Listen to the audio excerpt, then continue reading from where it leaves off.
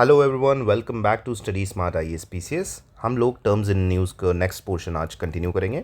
We have done till question number 15 and उसमें मैंने आपको कुछ वेज बताए हैं जिसके थ्रू यू कैन सॉल्व और break down these questions related to terms in news. ठीक है, बीट एटमोलॉजी था, हम लोगों ने ब्रॉड स्पेसिफिक डिफरेंट क्राइटेरियाज देखे, तो उसके बेसिस पे हम लोग सॉल्व कर रहे थे question. So if you have not watch that class, do watch the last lecture and then you can continue with this as well. Start करते हैं क्वेश्चन नंबर 16 के थ्रू। सॉवरिन ग्रीन बॉन्ड्स स्टार्ट करेंगे सबसे पहले किससे, इसको ब्रेक डाउन करेंगे। सॉवरिन मतलब आप पॉलिटी वगैरह में पढ़ते होंगे ना, India is a sovereign country. Sovereign मतलब कोई भी चीज़ जो गवर्नमेंट बैक्ड हो, ठीक है, वो बोलते हैं सॉवरिन। और ग्रीन बॉन्ड्स नाम से ही पता लग रहा है ऐसे बॉन्ड्स जो कुछ एनवायरनमेंट या क्लाइमेट चेंज या इनसे रिलेटेड, क्लाइमेट रिलेटेड प्रोजेक्ट से रिलेटेड होते हैं।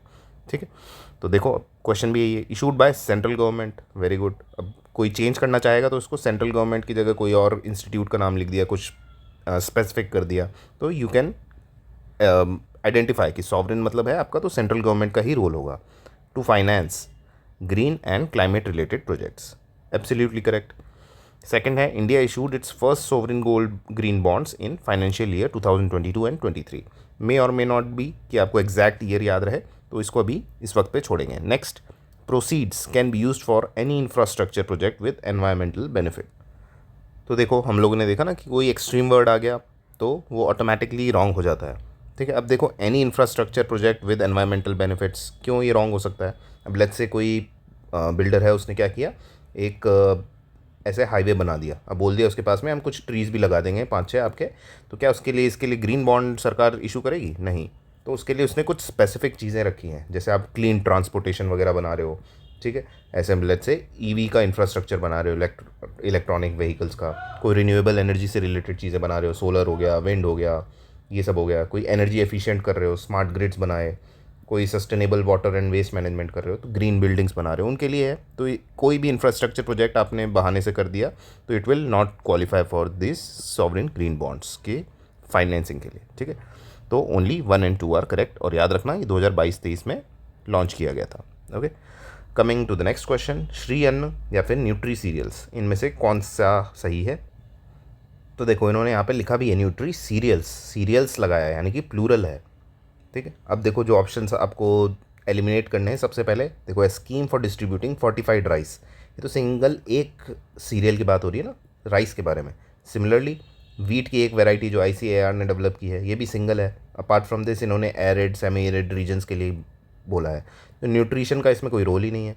ठीक है, मतलब आपने एक ऐसी क्रॉप की, वीट की ऐसी क्रॉप डेवलप की है जिसके थ्रू आप एरिड और सेमी एरिड रीजन्स में उसको उगा सकते हैं, तो उसमें न्यूट्री वर्ड है वो कहाँ है? ठीक है, तो ये दोनों ऑप्शंस तो सबसे पहले एलिमिनेट हो जाएंगे। थर्डली, अब ए और डी में से आपको एक चूज़ करना है। अब देखो यहाँ पे आपका काम क्या है कि आपको समझना पड़ेगा कि कौन सी ऐसी लाइन है जो खुद बनाई गई है और कौन सी ऐसी लाइन है जो एक्चुअल में किसी चीज़ की डेफिनेशन हो सकती है या फिर किसी के बारे में एक्सप्लेनेशन हो सकता है। तो देखो, traditional Indian grains excluding rice and wheat under PDS expansion, कोई भी आप पॉलिसीज़ देखते हो, कोई भी ऐसी चीज़ देखते हो, उसके अंदर ऐसे वर्ड दिखते हैं आपको कि एक्सक्लूडिंग राइस एंड व्हीट? कभी नहीं दिखेगा। और इसके अलावा हमने जो स्पेसिफिक और ब्रॉड वाला देखा था, उसमें क्या था, ये देखो कितना स्पेसिफिक कर दिया कि सिर्फ PDS एक्सपेंशन में इन पर्टिकुलर ग्रेन्स को लेट्स से यूज़ करना। और ये वाला क्या है, ब्रांडिंग फॉर मिलेट्स, मतलब प्रमोशन करना किसी मिलेट का। ठीक है, और ये सब आप लोग जानते भी होंगे कि मिलेट्स को ही श्री अन्न बोला जाता है या फिर न्यूट्री सीरियल बोला जाता है, इसलिए इतना इसके बारे में प्रमोशन किया जा रहा है सरकार द्वारा। कंपैरिजन करो अगर दोनों का, तो इसमें डी का आपको काफ़ी ज़्यादा लगेगा कि कोई पॉलिसी एक्सपेंशन वगैरह से रिलेटेड है, और दिस इज़ एक्चुअल में कि क्या उसका मतलब है श्री अन्न का। ठीक है, तो ए is the correct one. Coming to next, phyto remediation. अब इसके बारे में देखो, सबसे पहले ब्रेक डाउन को लो। वर्ड क्या है, फाइटो, और दूसरा फाइटो मतलब क्या होता है? कहीं सुना आपने? फाइटो प्लैंक्टन्स, यानी कि एनीथिंग रिलेटेड टू प्लांट्स, तो फाइटो मतलब प्लांट्स। ठीक है, रेमिडिएशन मतलब रेमेडी, वर्ड दिख रहा है इसमें, रेमिडिएशन। तो फिर अब क्या करना है आपको, इसमें समझना है इसको कि फाइटो रेमिडिएशन यानी कि प्लांट्स को लेके कोई रेमेडी यानी कि कोई सोल्यूशन कर रहे हैं हम किसी चीज़ का। ठीक है, अब देखो लास्ट से स्टार्ट करते हैं। The study of photosynthetic process in aquatic plants to develop biofuels.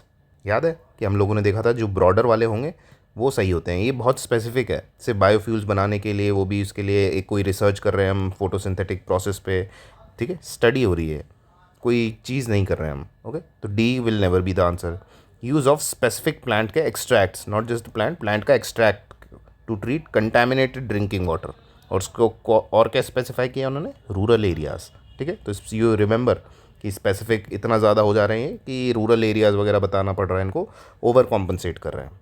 Similarly a form of plant based therapy, plant based therapy है used in traditional medicine systems like Ayurveda. तो आयुर्वेदा में अगर ऐसी कोई ट्रेडिशनल मेडिसिन चीज़ use करते तो उसका नाम फाइटो रेमेडिएशन रखते। कोई संस्कृत का सा नाम होता, थोड़ा हिंदी वाला नाम होता, कुछ वृक्ष से रिलेटेड करते हैं। ऐसा तो नहीं करते कि फाइटो रेमेडिएशन है उसके थ्रू हम लोग आयुर्वेदा में यूज़ कर रहे हैं, थेरेपी दे रहे हैं। तो इसमें एक्चुअल में आपने कोई रेमेडी नहीं की है, ये बेसिकली एक ट्रेडिशनल मेडिसिन को सिस्टम को बताने की कोशिश की है। तो बी सी और डी तो very easily you can remove. अब ए को पढ़ो जरा, देखते ही पता लग जाएगा, फाइटो भी आ रहा है, रेमेडिएशन भी आ रही है। प्रोसेस बाय विच प्लांट्स, ठीक है, are use to remove, degrade और neutralise pollutants from soil and water. कोई स्पेसिफिक नहीं गए, ब्रॉड डेफिनेशन दी है and you can tick this answer. Next is what is upcycling.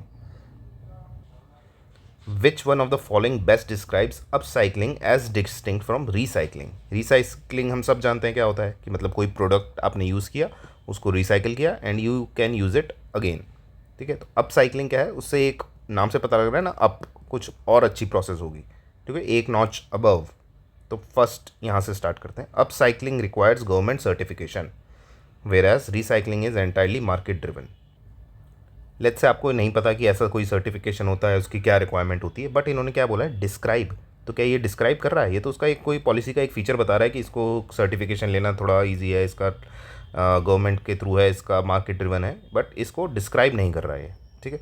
Next, upcycling is applicable only to electronic waste while recycling covers all categories. क्या ये describe कर रहा है इसको, ये भी इसका एक एग्जाम्पल दे रहा है कि मतलब सिर्फ इलेक्ट्रॉनिक वेस्ट में है और ये सब में है। और पहले बात तो एनी वगैरह आ गया कि मतलब एक स्पेसिफिक फील्ड में ही क्यों करेगा, अगर अपसाइक्लिंग कर रहे हैं तो ऐसी क्या उसमें प्रॉब्लम आ रही है।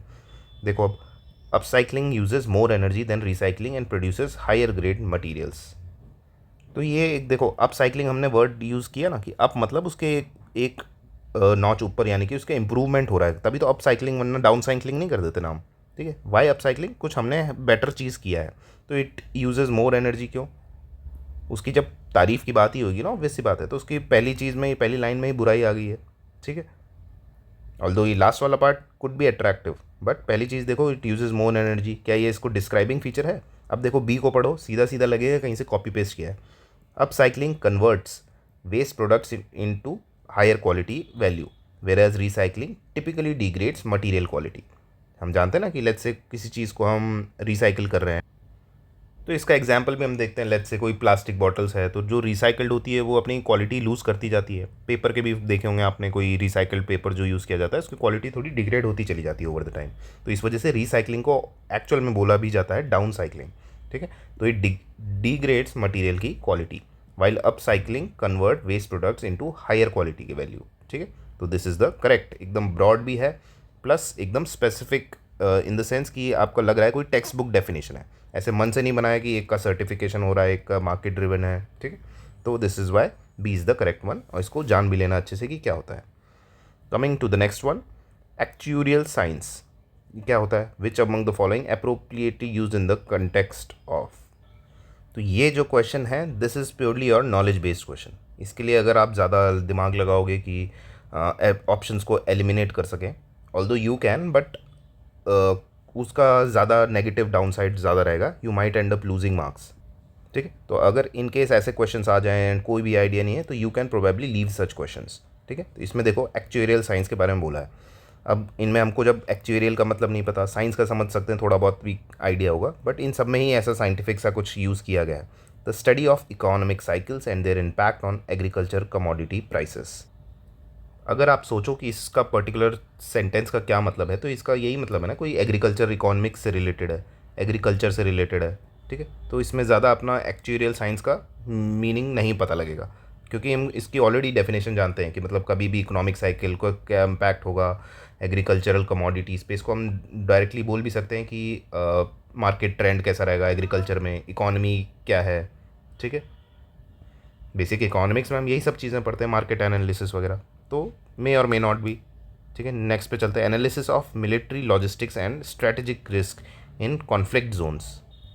सोचो अगर इस पर्टिकुलर सेंटेंस की आपको कोई एक वर्ड बनाना हो जो इसको डिफाइन करे, तो क्या बनाओगे? कुछ डिफेंस प्लानिंग वगैरह बना सकते हो, वॉर स्ट्रेटेजी बोल सकते हो, ठीक है। तो मतलब इसमें एक्चुअल में कोई साइंस का ज़्यादा योगदान नहीं, और होता भी तो उसका कुछ नाम डिफेंस साइंस बोलते हैं या स्ट्रेटेजिक स्टडीज़ बोलते हैं या मिलिट्री साइंस वगैरह कुछ ऐसा नाम रख सकते थे, ठीक है।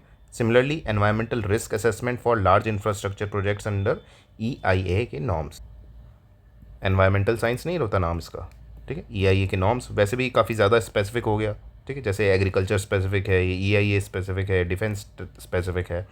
The discipline of assessing and managing financial risk, ठीक है। पूरे डिसिप्लिन की बात की है, ऐसा नहीं कि किसी की पर्टिकुलर चीज़ की स्टडी कर रहे हैं, एक पूरा डिसिप्लिन है।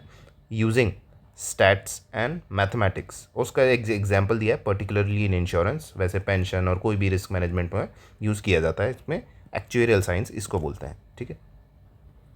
अब एक्चुअल में क्या है कि ये जो इंश्योरेंस कंपनीज़ वगैरह है ना, इनको बहुत कुछ कैलकुलेट करना होता है। लेट्स से कि उन्होंने अपने इंश्योरेंस बेचे कि एक साल में मैंने 100 इंश्योरेंस बेच दिए, अब इसमें मुझे एज्यूम करना है कि कितने लोग इनमें से सर्वाइव करेंगे, कितने लोग मरेंगे, उनसे कितना प्रीमियम लिया जाए कि अगर let's say majority of the population even if they die तो हम लोगों को प्रॉफिट रहे। तो उनको एक पूरा बैठ के अपना फाइनेंशियल रिस्क मैनेजमेंट करना होता है, स्टैट्स और मैथमेटिक्स का यूज़ करना होता है इन द इंश्योरेंस सेक्टर, ठीक है। कितने एक्सीडेंट्स हो सकते हैं, कितना मनी कंपनी को पे करना पड़ सकता है, तो ये सब एक्चुअरीज जो है कैलकुलेट करते हैं इसको मैथमेटिक्स के through, right.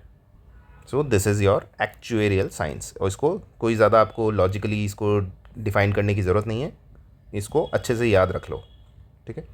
Coming to the next question, CRISPR prime editing. हम लोगों ने क्रिस्पर Cas9 सुना है, पता भी है कि एडिटिंग है, सब जानते हैं कि एडिटिंग टूल है क्रिस्पर Cas9 के थ्रू। अब इसमें क्या ऐड हो गया? Prime editing. प्राइम मतलब उससे थोड़ा एक टॉप नॉच, जैसे आईफोन प्रो मैक्स, तो उससे जो आईफोन नॉर्मल है उससे एक ग्रेड अपग्रेडेड है, ठीक है, तो प्रो लगा दिया उन्होंने। सिमिलरली क्रिस्पर प्राइम एडिटिंग, अगर आपको क्रिस्पर की एडिटिंग टेक्निक किस वे में क्रिस्पर Cas9 को यूज़ किया जाता है तो हम सब को इतना बेसिक आइडिया होगा अगर आप लोगों ने ज़रा भी पढ़ाई की है तो। अगर नहीं आइडिया है तो पहले क्रिस्पर को पढ़ो अच्छे से, अगर वो पता है तो ऑटोमेटिकली आंसर सॉल्व कर लोगे। जैसे बाकी में ये जो 3 ऑप्शन हैं इनमें देखो, a technique using restriction enzyme to insert foreign DNA at random location वगैरह जैसे लूजली वर्डेड सेंटेंसेज हैं, ठीक है। अपार्ट फ्रॉम दिस हमको जो भी जीन एडिटिंग टेक्नोलॉजीज़ हैं उनके बारे में इतना तो पता है ना कि प्रिसाइज होती हैं, प्रिसाइज के लिए ही हम इतनी ज़्यादा एक्यूरेसी के लिए तो ये सब कर रहे हैं, ठीक है। अपार्ट फ्रॉम दिस टारगेटेड होती हैं, तो ये तो हो ही नहीं सकता रैंडम लोकेशन पे रेस्ट्रिक्शन एंजाइम को इंसर्ट करना, और ये वैसे भी एक स्पेसिफिसिटी में चला गया। सिमिलरली ये भी देखो, कैंसरस सेल्स को ट्रिगर करना, मतलब डॉर्मेंट जीन्स को कैंसरस सेल्स में डालना, तो ये भी काफ़ी कैंसर से रिलेटेड ही हो गया, वेरी स्पेसिफिक। एक एडवांस सॉफ्टवेयर है दैट एडिट्स जेनेटिक डेटाबेस। फिर आगे का आपको ये पढ़ के डर ज़रूर लगेगा, बट अपना जो मेन टारगेट है उस समझो कि मतलब एक सॉफ्टवेयर से रिलेटेड चीज़ है प्राइम एडिटिंग का। एडिटिंग सॉफ्टवेयर ये वो वाली एडिटिंग नहीं है। क्रिस्पर Cas9 एडिटिंग तो आप समझते होगे क्या है बायोटेक्नोलॉजी में, तो ये तीनों बहुत ही लूजली वर्डेड है। और फर्स्ट पढ़ो, नेक्स्ट जनरेशन प्राइम का आंसर है CRISPR technique that makes precise single letter DNA changes without cutting both DNA strands. लग रहा है ना किसी ने कुछ एक्सप्लेन किया है इस पर्टिकुलर टेक्नोलॉजी को, मतलब क्रिस्पर प्राइम एडिटिंग को, ठीक है। तो एक्चुअल में यही मतलब है। अब क्या इसका मतलब है कि it makes precise single letter DNA changes without cutting both DNA strands. अब लेट्स से ये आपका DNA है, इसमें हम लोगों को पता है, अगर आपने साइंस का मैराथन वगैरह देखा है, कि यहाँ पे अपने नाइट्रोजनस बेसिस होते हैं, कौन से A T G C ऐसे पेयर्ड रहते हैं। तो अभी तक हम क्रिस्पर से क्या करते थे, इस पर्टिकुलर को लेस से इसमें कोई दिक्कत है तो इसको एडिट करना हो तो पूरा ही उखाड़ फेंकता था, यानी कि दोनों स्ट्रैंड्स को काटा जाता था। अब प्राइम एडिटिंग में क्या है कि लेट्स से ये है आपका, यहाँ पे ऐसे है, A है, यहाँ T है, यहाँ G है, यहाँ C है, सिर्फ लेट्स से इसको चेंज करना है, ठीक है। यहाँ पे G की जगह गलती से A आ गया, फिर से इसको ही चेंज करो कि किसी वजह से म्यूटेशन आ गया, तो सिर्फ इतना ही काटो, उसकी जगह सही वाला डाल दो, तो this is CRISPR prime editing, ठीक है। तो A is the correct one. 22. Dark patterns. Dark patterns is sometimes mentioned in the news in the context of. अब देखो वर्ड को ब्रेक डाउन करो, डार्क मतलब कुछ, डार्क मतलब समझ में आ रहा है कि कुछ नेगेटिव सा है, ठीक है, नेगेटिव कॉनोटेशन है इस वर्ड में डार्क। और पैटर्न्स मतलब कुछ पर्टिकुलर चीज़ें, लेट्स से कोई repeated way of doing something जिसको बोलते हैं ना, किसी का एक पैटर्न है, कोई वैसे यूजुअली डिज़ाइन पैटर्न से रिलेटेड होता है पैटर्न का, कि मतलब आपके जो वेबसाइट है लेट्स से कोई, तो उसका डिज़ाइन पैटर्न ही इस वे में बनाया गया है which has something negative about it. मतलब लेट्स से कोई ऐसा बनाया है कि आपको कोई वेबसाइट ओपन कर रहे हो ना, तो उसमें एक बड़ा सा बटन लिखा आ जाता है कभी कभी, एक्सेप्ट ऑल द कुकीज़, ठीक है, और उसमें छोटा सा इधर धीरे से लिखा होता है रिजेक्ट, ठीक है। यहाँ पे छोटा सा चालाकी से लिख देते हैं कि मतलब कैंसिल तो बड़ा छोटा सा लिख देते हैं और बाय को बहुत बड़ा सा करते हैं, ठीक है। कई ऐप्स में क्या होता है कि आपको उसका डिलीट अकाउंट करने को नहीं मिलता। किसी में क्या है कि आपका free trial, start your free trial लिखा आ गया बहुत बड़ा सा, और you can click it, but उसको कैंसिल करने का कहीं सब्सक्रिप्शन कैसे कैंसिल करें उसके लिए कोई वो क्लियर पाथवे नहीं दिया जाता।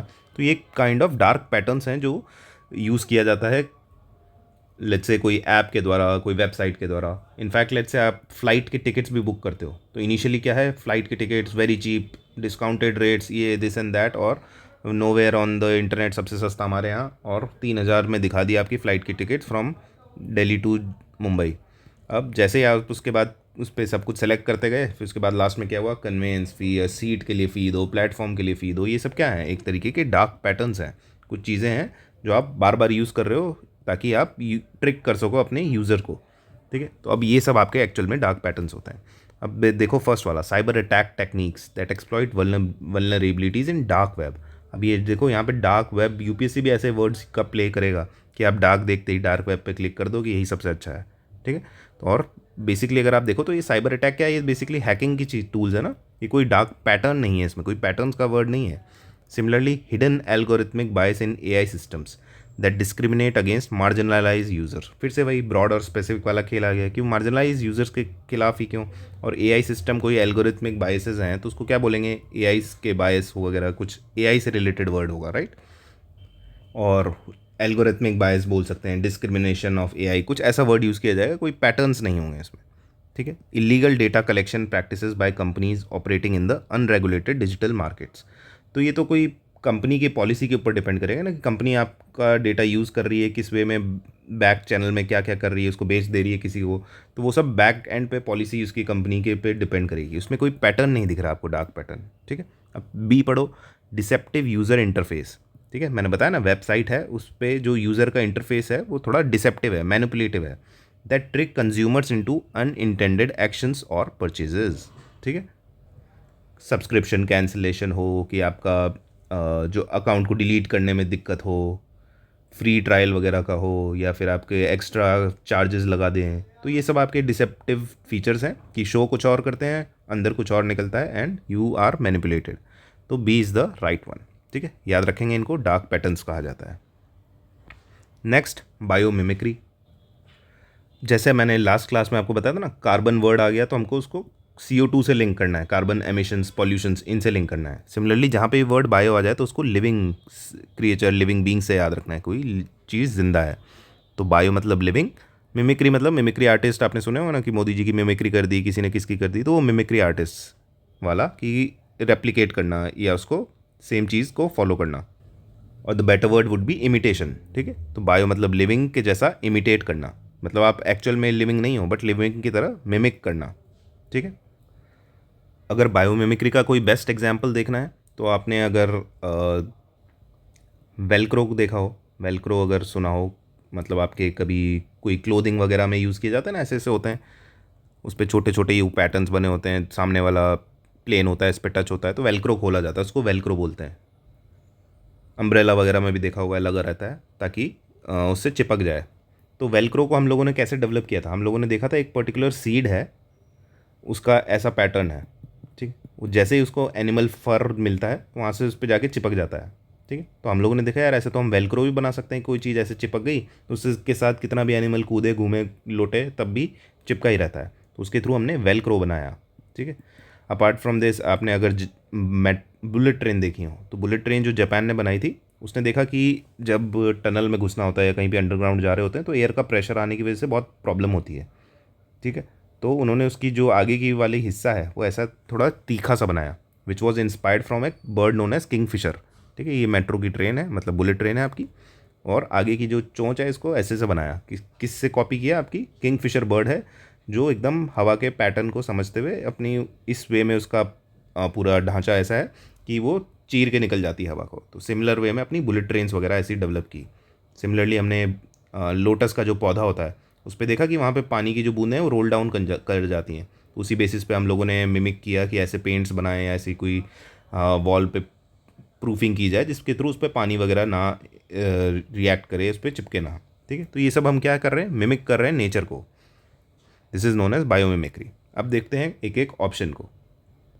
अब जब आप इसको समझ चुके हो, पहली चीज़ तो ये, दूसरा आपने इसका एटिमोलॉजी या ब्रेक डाउन किया वर्ड को, तो भी आप समझ चुके हो चीज़ें कि मिमिक कर रहे हैं किसी की नेचर को। ठीक है, नेचर और उसकी मिमिक्री करना।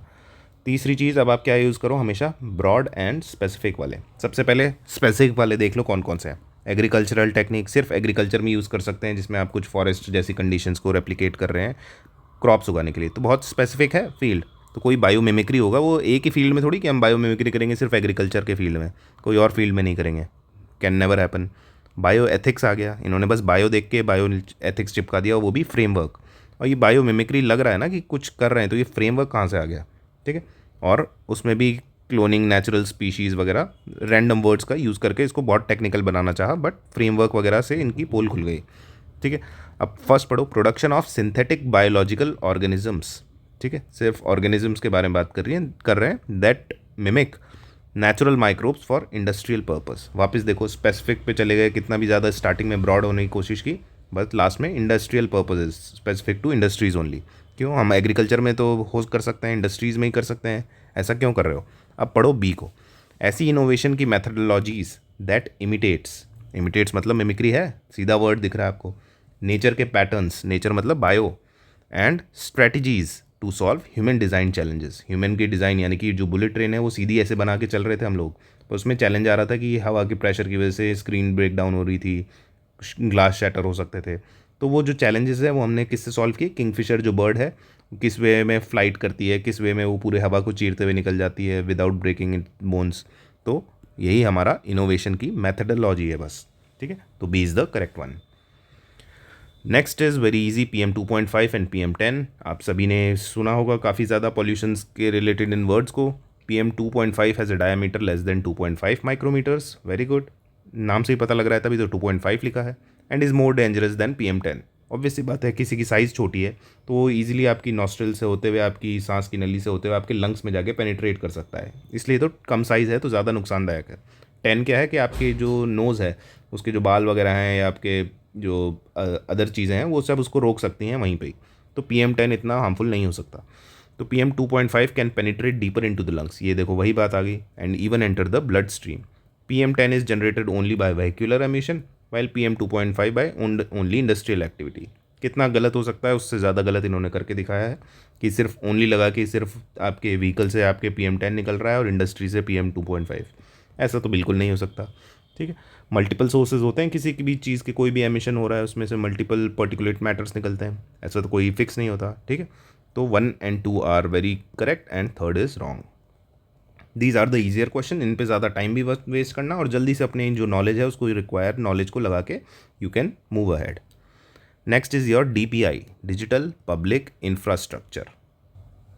यहाँ पे ऐसे क्वेश्चंस में आपका सारी ये जो हम लोगों ने हैक्स देखे हैं ये वर्क करेंगे। जैसे डिजिटल वर्ड को ब्रेक डाउन करके उसके बारे में सोचो, डिजिटल वर्ड रखा है यानी कि फिजिकल नहीं है। पब्लिक मतलब कुछ पब्लिक या सोसाइटी की हेल्प करने के लिए है। इंफ्रास्ट्रक्चर के बारे में जानते हो, इंफ्रास्ट्रक्चर प्रोजेक्ट्स वगैरह आप सुने ही होंगे। तो ऐसे इंफ्रास्ट्रक्चर प्रोजेक्ट जो डिजिटल बने हों, ठीक है, फिजिकल वे में नहीं और पब्लिक के लिए इस्तेमाल किए जाने वाले हों। ठीक है, तो जैसे आप लोगों ने कोविड के टाइम पे देखा होगा, उससे बेटर क्या है आपका डिजी लॉकर। ठीक है, जिसमें आपके सारे डॉक्यूमेंट्स वगैरह होते हैं सेव कर रखे हैं, तो क्या है, डिजिटल है। ठीक है, पब्लिक के लिए हेल्प के लिए है। यस, इंफ्रास्ट्रक्चर है कि आपका सारा डेटा स्टोर करके रखता है। वेरी गुड, तो इससे बेस्ट डिजिटल पब्लिक इंफ्रास्ट्रक्चर का कोई एग्जांपल नहीं है। जैसे ही भूलो अगर कभी DPI तो याद रखना आपका डिजी लॉकर। ठीक है, अब देखो क्या है, फिजिकल इंफ्रास्ट्रक्चर काटोगे, देखते ही आगे पढ़ना है कि such as data center, under sea जो भी है काटो। ठीक है, नेक्स्ट रेगुलेटरी फ्रेमवर्क। फ्रेमवर्क की बात कहाँ से आ गई, कोई इंफ्रास्ट्रक्चर है, गवर्निंग द डिजिटल इकोनॉमी, ये सब ज्ञानवर्धक बातें only. High speed broadband network, ये भी सब फिजिकल। तो तीनों आप, दो तो आपके फिजिकल हैं, एक फ्रेमवर्क है। अब समझो बी को, पॉपुलेशन स्केल डिजिटल सिस्टम्स। ठीक है, डिजिटल सिस्टम्स को पहले एक्सप्लेन किया इन्होंने, लाइक आइडेंटिटी, जैसे आपकी डिजी लॉकर में आपकी आइडेंटिटीज़ वगैरह हैं, पेमेंट्स के पूरे इन्फॉर्मेशन अगर किसी और में है। ठीक है, डेटा एक्सचेंज। ठीक है, लेट्स से आपका आधार भी क्या है, आपका DPI के अंदर आएगा।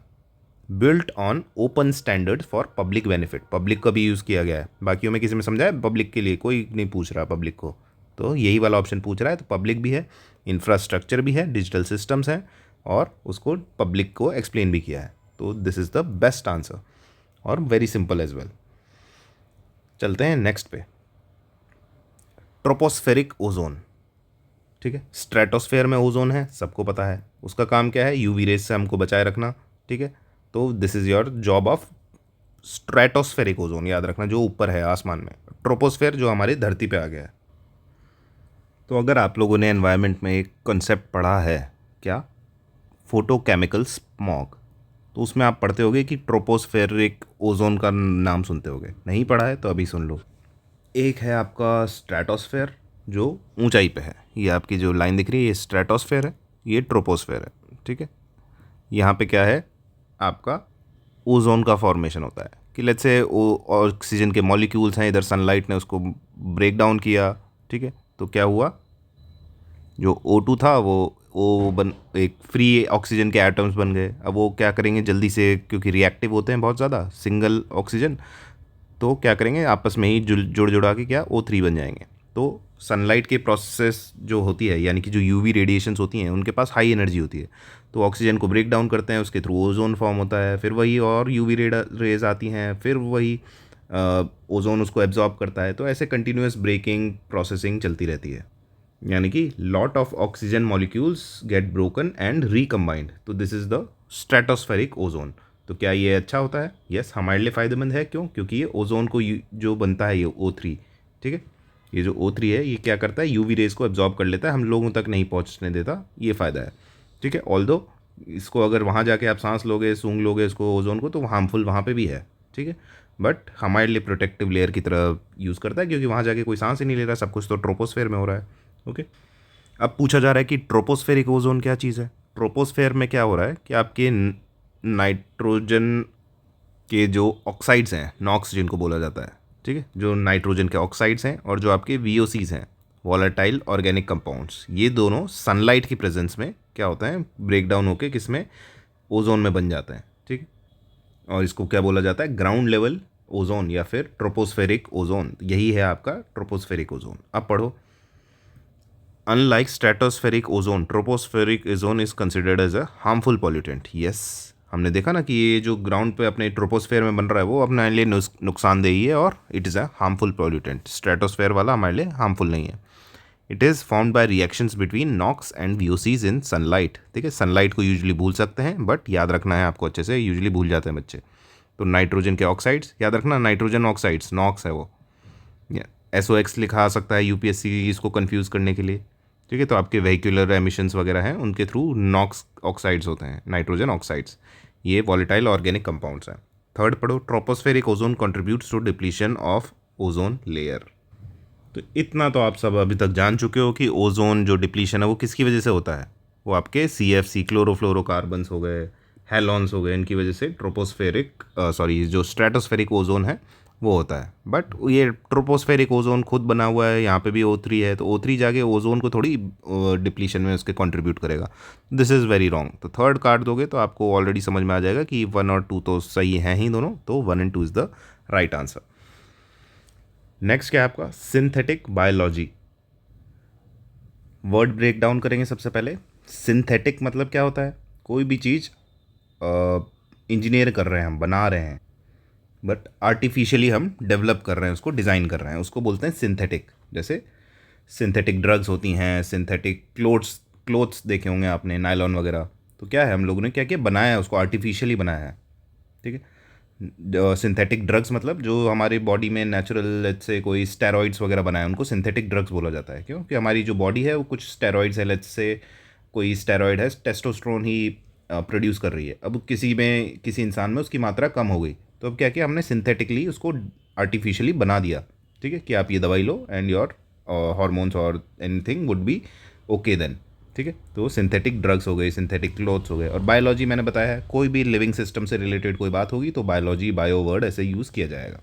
ठीक है, तो सिंथेटिक मतलब आर्टिफिशियली क्रिएशन, एंड बायो मतलब किसका क्रिएशन कर रहे हैं, आपकी लिविंग चीज़ का। ठीक है, यानी कि कुछ इंजीनियरिंग कर रहे हैं उसमें। फॉर एग्जाम्पल हम लोग देखते हैं कि इंसुलिन के हम लोग इंजेक्शंस बनाते हैं। तो कैसे बनाए हम लोग? कोई भी एक ह्यूमन बीइंग है वो इंसुलिन तो प्रोड्यूस करता ही है। अब उसमें क्या किया हमने, उसका इंसुलिन लिया, एक्सट्रैक्ट किया, और उस पर्टिकुलर जीन को जो इंसुलिन प्रोड्यूस करता है, सिर्फ जीन को एक्सट्रैक्ट किया, उसको हम लोगों ने कॉपी करके किसी बैक्टीरिया या यीस्ट वगैरह में डाल दिया। अब वहाँ पे क्या है, वो रेप्लिकेट होता रहेगा, उसको हम यूज़ कर सकते हैं। That's how we make insulin injections. अब ये क्या किया हमने, कोई लिविंग सिस्टम था, ठीक है, लिविंग बीइंग था, जो कि आपका ये यहाँ पे इन दिस केस बैक्टीरिया या फिर यीस्ट को मान लेते हैं, ठीक है। आजकल यीस्ट बेस्ड इंसुलिन इंजेक्शंस काफ़ी फेमस हैं। तो कोई लिविंग क्रिएचर था, उसको हमने ऐसे मॉडिफाई किया कि हमारे लिए बैठ के इंसुलिन बनाओ। बैक्टीरिया को हमने ऐसे मॉडिफाई किया कि आप बैठ के हमारे लिए इंसुलिन बनाओ, क्या बीमारियाँ क्या फैला रहे हो, ठीक है। तो सिंथेटिक, आर्टिफिशियली किसको, कोई लिविंग चीज़ को हम लोगों ने अपने अकॉर्डिंग मोल्ड किया, इंजीनियर किया। तो this is what synthetic biology is all about. अब देखो बाकी options, simulation of biological systems using computational models, ये कंप्यूटर वगैरह से रिसर्च के लिए बातें हैं, फालतू की हैं।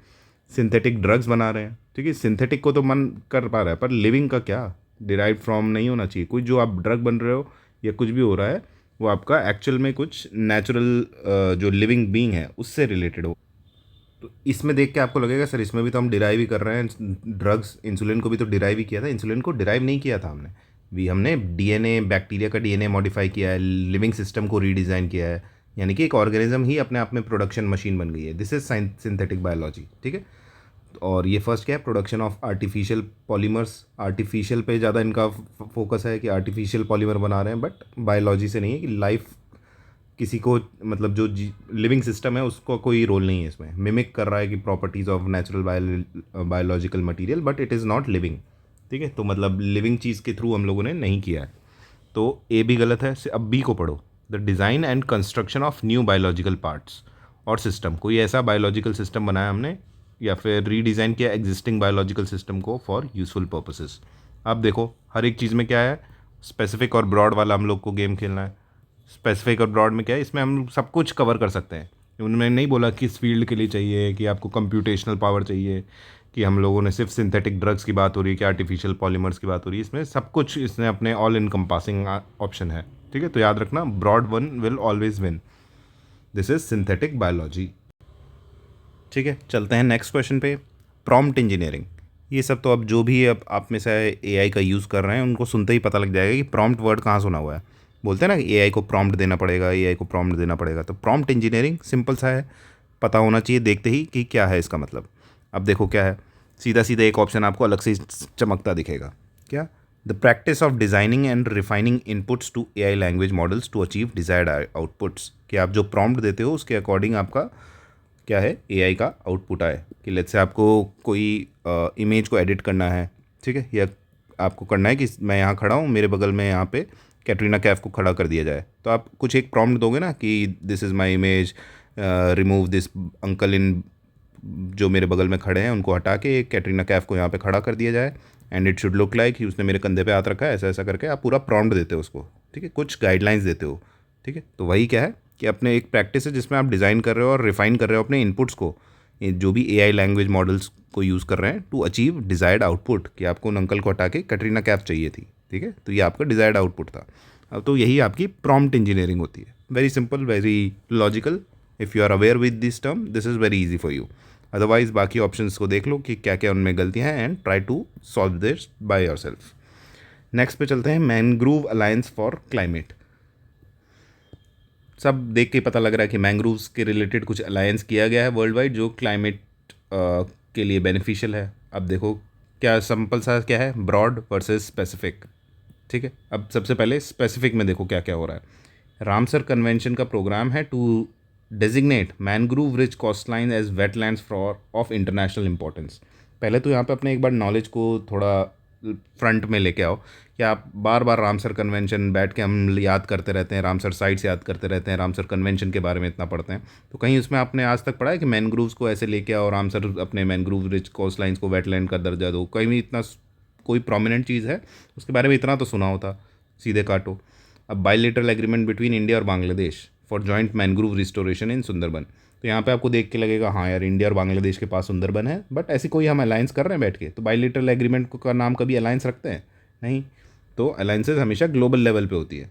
नेक्स्ट देखो, UNEP led initiative to protect mangroves in South and South East Asia. क्यों, बाकी के मैनग्रोव्स के बाकी देशों का क्या है, सिर्फ साउथ और साउथ ईस्ट एशिया में मैनग्रोव्स हैं और कहीं नहीं है। तो बहुत ज़्यादा स्पेसिफिक कर दिया इन्होंने, इसमें इंडिया और बांग्लादेश जितना स्पेसिफिक हो गया। ये तो रामसर कन्वेंशन को ज़बरदस्ती जोड़ा गया है। अब पढ़ो B, it was launched by at COP27, ठीक है, by UAE and Indonesia to double mangroves coverage by 2030। ठीक है, ब्रॉड लग रहा है कि क्यों किया गया है। किसी को ये लग सकता है कि सर यहाँ पे भी तो सिर्फ UAE इंडोनेशिया, आपने इसको क्यों प्रेफरेंस दिया, इंडिया बांग्लादेश को क्यों नहीं दिया। अब देखो, इन्होंने लॉन्च किया था, इसका मतलब ये नहीं कि सिर्फ यही दोनों पार्टिसिपेंट हैं। ठीक है, ये तो कॉप में आप बहुत सी चीज़ें सुनते होगे, जैसे आपने इंटरनेशनल सोलर अलायंस सुना होगा, उसके भी इनिशियल जो स्टार्टर थे, जो जिन्होंने इसको इनिशिएट किया था, वो सिर्फ वो वही नहीं बैठे हैं, जितनी भी कंट्रीज़ हैं उसमें आद के पार्टिसिपेट करती रहती हैं। तो these are launched usually in the COPs of UNFCCC। तो इसको याद रखेंगे। और COP27 हमने और कहीं पढ़ा है, सत्यानाश कुछ याद आया, लॉस एंड डैमेज फंड। ठीक है, तो प्रीवियस वीडियो देखें अगर आपने नहीं देखा है तो B is the correct one. It was launch in COP27 by UAE and Indonesia to double global mangrove coverage by 2030। अब आपका काम क्या है कि इसको याद भी रखना, क्योंकि ऐसा का ऐसा तो आएगा नहीं क्वेश्चन क्या आ जाएगा कि which among the statements are correct regarding mangrove alliance for climate. It was launched at COP28 लिख दिया, पहली मिस्टेक ये पता होनी चाहिए COP27 में है। दूसरा लिख दिया कि UAE एंड सऊदी अरेबिया ने मिलकर करा है। ठीक है, तो याद रखना इंडोनेशिया ने करे था, इन दोनों ने मिलके। ठीक है, और इसमें लिख दिया कि ग्लोबल मैनग्रोव कवरेज को डबल करना है, 2047 तक कर दिया, तो याद रखना 2030 तक। तो 3-4 चीज़ें इसमें याद करने की आपके हो गई हैं। चलते हैं नेक्स्ट पे, surrogate advertising. Simple break down of the word and you will get the answer. Surrogate मतलब सरोगेसी आपने सुना होगा कि सरोगेट मदर है, फिर कपल कोई है, उनके बच्चा नहीं हो रहा, तो they hire a particular person और अ विमेन जो आपके बच्चे को अपने वूम में कैरी कर पाएगी। तो this is known as surrogacy. कोई थर्ड पर्सन यानी कि कोई और आपको संभाल रहा है, आपके बेबी को पाल रहा है। और कोई भी ऐसे लेट्स से एक कोई सब्सटीट्यूट है और ए replacement acting on behalf of another, यही तो आपका सरोगेट का मतलब हुआ। ठीक है, women who carries a baby for another person और अनदर कपल, तो वो आपकी क्या है, सरोगेट मदर बोला जाता है उस वर्ड को। तो सिमिलरली सरोगेट में हम समझ पा रहे हैं कोई और थर्ड पर्सन इन्वॉल्व है। ठीक है, और एडवर्टाइजिंग ये तो जनरली हम जानते ही हैं। ठीक है, तो अब क्या है कि कुछ चीज़ें हैं जिन पे सरकार रेस्ट्रिक्शंस लगा के रखती है कि यार हमारा जो यूथ है, जो छोटे बच्चे हैं, वो बिगड़ ना जाए। तो क्या किया कि आप लोग जो अल्कोहल के ब्रांड्स हैं, सिगरेट्स के ब्रांड हैं, पान मसाला हो गया, पान मसाला तो नहीं, लेट्स से टोबैको हो गया, तो उन सबको आप डायरेक्टली उनके एडवर्टाइजिंग नहीं कर सकते।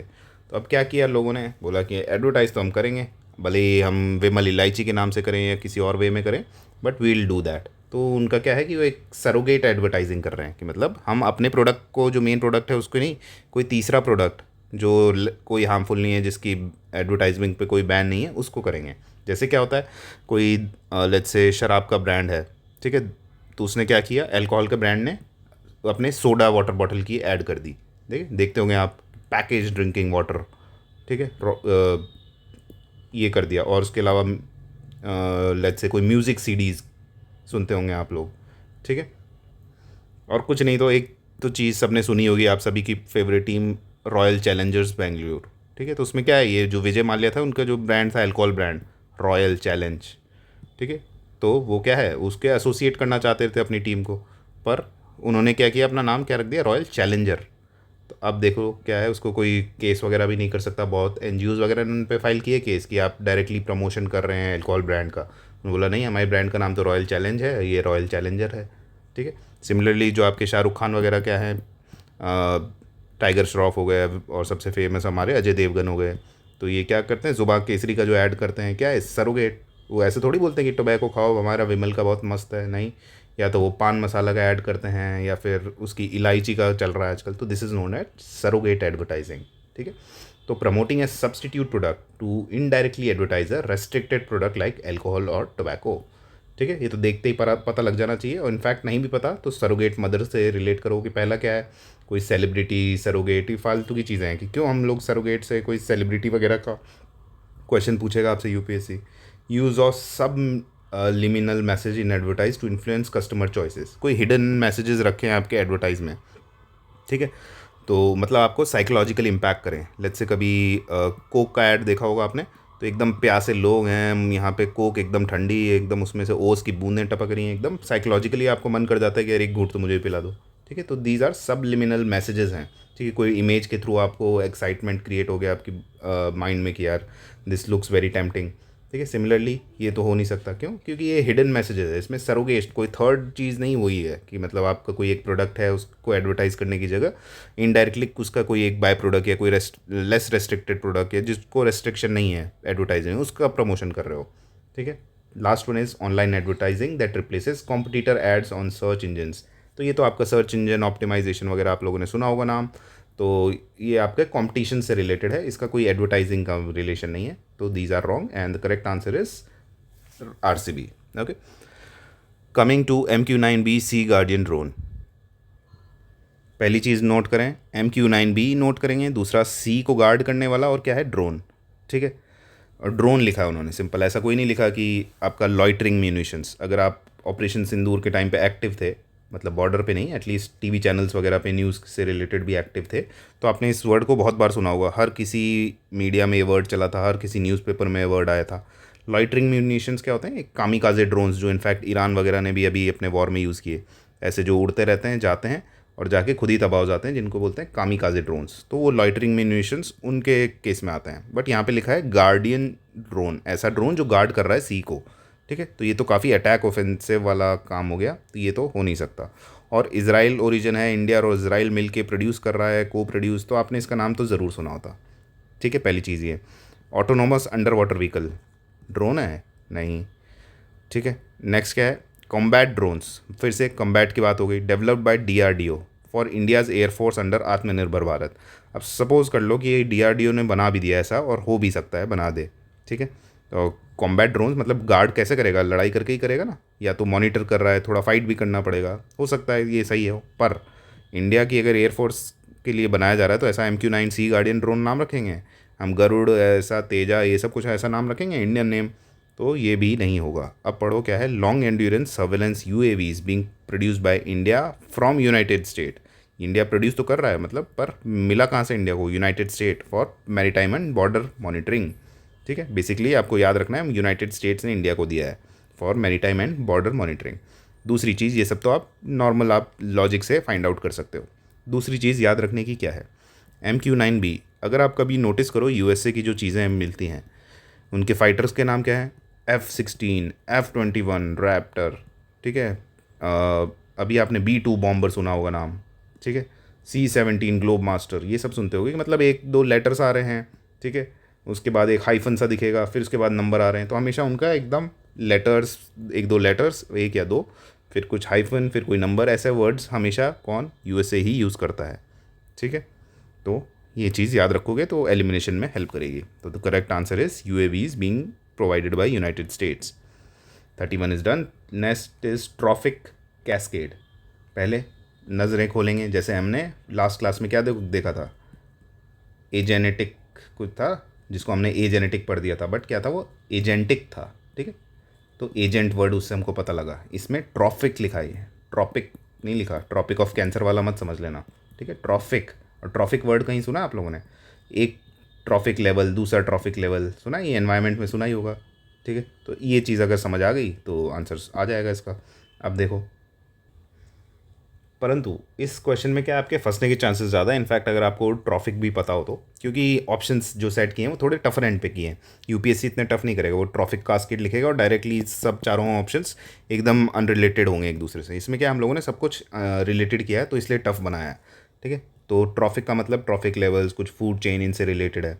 कैस्केड का मतलब क्या होता है कि डोमिनो इफेक्ट, अगर आपको पता है, मतलब एक चीज़ से एक चेन रिएक्शन हो गई, कि एक चीज़ से दूसरी हुई, दूसरी से तीसरी हुई, एक पूरी रिएक्शन चेन बन गई। ठीक है, इसको कैस्केड बोला जाता है।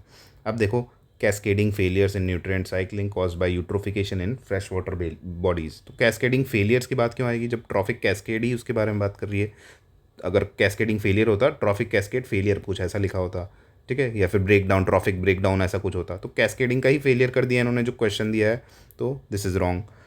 accumulation of toxic substances at high trophic levels through biomagnification, तो मतलब ये तो खुद ही इन्होंने बायोमैग्निफिकेशन को ही एक्सप्लेन कर दिया कि accumulation of toxins at high trophic levels. सिर्फ ट्रॉफिक देखते ही पगला नहीं जाना है कि यहाँ तो ट्रॉफिक लिखा है, यहाँ भी लिखा है तो सही है।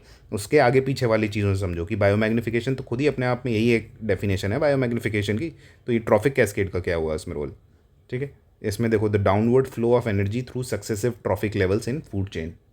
तो इसमें पता होना चाहिए कैस्केड में कुछ हुआ नहीं, ये तो ये बता दिया आपने कि एनर्जी का फ्लो हो रहा है एक ट्रॉफिक लेवल से दूसरे ट्रॉफिक लेवल पे। तो ये तो जनरल क्या है आपका, मतलब जो एनर्जी है उसका फ्लो बता रहा है। कोई इसमें कैस्केडिंग इफेक्ट दिख रहा है कि डोमिनो इफेक्ट की एक चीज़ से दूसरी चीज़ इफेक्ट हो गई, उससे तीसरी हो गई और ये ऐसा पूरा साइकिल बन रही हो, नहीं। अब इसमें देखो, indirect ecological effects when changes in one species, एक स्पीशीज़ में कोई उसकी पॉपुलेशन में चेंजेस हुए, it will affect species more than one link away in food web. यानी कि लेट्स से फॉरेस्ट है, ठीक है। अब फॉरेस्ट में क्या है आपके, लेट्स से फॉक्स है, क्लेवर फॉक्स है, उसका काम क्या है आपके लेट्स से छोटे मोटी चीज़ों को, रैबिट वगैरह को खाना। या आपका शेर है, लायन है, उसका काम क्या है डियर वगैरह को खाना। अब लेट्स से किसी वजह से इनकी पॉपुलेशन मर गई, फॉक्स का ख़त्म हो गया, लायन ख़त्म हो गए, तो इससे क्या होगा, रैबिट की पॉपुलेशन इंक्रीज़ होगी। इनकी पॉपुलेशन इंक्रीज़ होगी तो क्या है आपके प्लांट्स वगैरह क्या है उनकी रिड्यूस हो जाएगी पॉपुलेशन, ये लोग चर के भाग जाएंगे, सब कुछ खा जाएंगे। प्लांट्स की पॉपुलेशन कम हुई तो सॉइल वगैरह का क्या है इरोजन हो जाएगा। तो देख रहे हो, एक इफेक्ट से, कोई एक इकोलॉजिकल इफेक्ट से आपका पूरा जो लिंक डायरेक्टली नहीं है फूड वेब में वो भी इम्पैक्ट हो रहे हैं। This is your tropical cascading effect, ठीक है। First option might look tempting at first कि भाई ये भी तो हो सकता है, इसमें ट्रॉफिक लेवल की बात की, कुछ एनर्जी फ्लो की बात हुई है, तो बहुत से बच्चे अगर ऐसा ऑप्शन सेट कर दिया, विच यूजुअली यूपीएससी नहीं करेगा, तो वो कर सकते हैं टिक इस पे। बट याद रखें कि आपका फ्लो ऑफ एनर्जी के बारे में हम जानते हैं ऑलरेडी कि एक ट्रॉफिक लेवल पे लेट्स से आपके सबसे पहले प्लांट्स ने बनाया खाना, ठीक है। तो यानी कि सबसे ज़्यादा एनर्जी, सोलर एनर्जी जो आई वो कहाँ पे स्टोर्ड है आपके प्लांट्स में। उसके बाद क्या खाया आपके, डियर ने खाया, ठीक है। प्लांट्स को किसने खाया, डियर। तो सिर्फ 10% एनर्जी ही फ्लो होती है, ठीक है, रूल सुना होगा आप लोगों ने।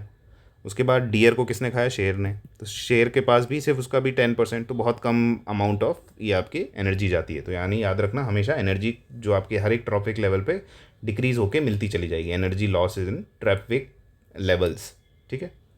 अब क्या हो रहा है, इससे ये पता लग रहा है कि अगर आप यूपीएससी का जिस दिन एग्ज़ाम है, सुबह सुबह अगर आप थोड़ी कुछ फ्रूट्स वगैरह खाओगे, ठीक है, तो आपको ज़्यादा एनर्जेटिक फील होगा। तो याद रखना सुबह सुबह आप छोले भटूरे खाने से बेटर है कोई फ्रूट्स खाओ, कोई वेजिटेबल, ग्रीन वेजिटेबल्स खा के जाओ, तो इसके पास आपके एनर्जी लेवल्स ज़्यादा हाई रहेंगे, ठीक है, क्योंकि एनर्जी डिक्रीज़ होती जाती है एक के बाद एक हर एक लेवल पे, ठीक है। प्रोसेस्ड फूड में कितनी एनर्जी बची होगी, कम, राइट।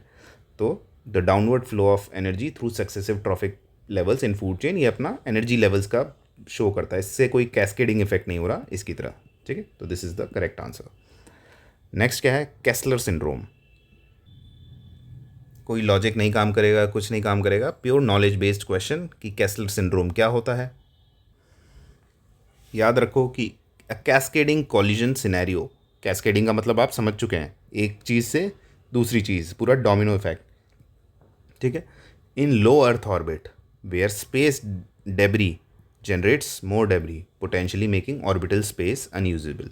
यानी कि आपने कोई सैटेलाइट छोड़ी कहाँ पे, अंतरिक्ष में, वो वहाँ जाके ख़राब हो गई या जो भी रहा, ठीक है, तब उसके क्या है छोटे छोटे डेब्रिस यानी कि पार्टिकल्स आ गए, जो कूड़ा है, स्पेस वेस्ट जिसको बोलते हैं, सैटेलाइट्स के टुकड़े ऐसे फ्लोट करने लगे हवा में। अब क्या होगा, कोई और दूसरी सैटेलाइट्स है, वो भी जिंदा है कि ख़राब है जो भी है, बट इससे टकराया तो उसने और इसको भी टुकड़े किए, तो और वेस्ट जनरेट होता है। तो ऐसे एक डेब्री का टुकड़ा, एक चेन रिएक्शन बना दी उसने कि one debris generates more debris potentially making orbital space जो है वो अनयूजेबल, इसको बोलते हैं केस्लर सिंड्रोम, ठीक है। याद रखना इस चीज़ को कि आपके जो स्पेस वेस्ट है या स्पेस डेब्रीज है उससे रिलेटेड ये बात होती है। याद रखने का क्या तरीका है, देखो केस्लर में लिखा है ना कि कस वर्ड आ रहा है कि एकदम कस के भरा हुआ है, तो जो आपका स्पेस है उसमें इतनी सैटेलाइट्स हो गई हैं कि इतने सारा डेब्रिस है कि आपका स्पेस एकदम कस के भरा हुआ है।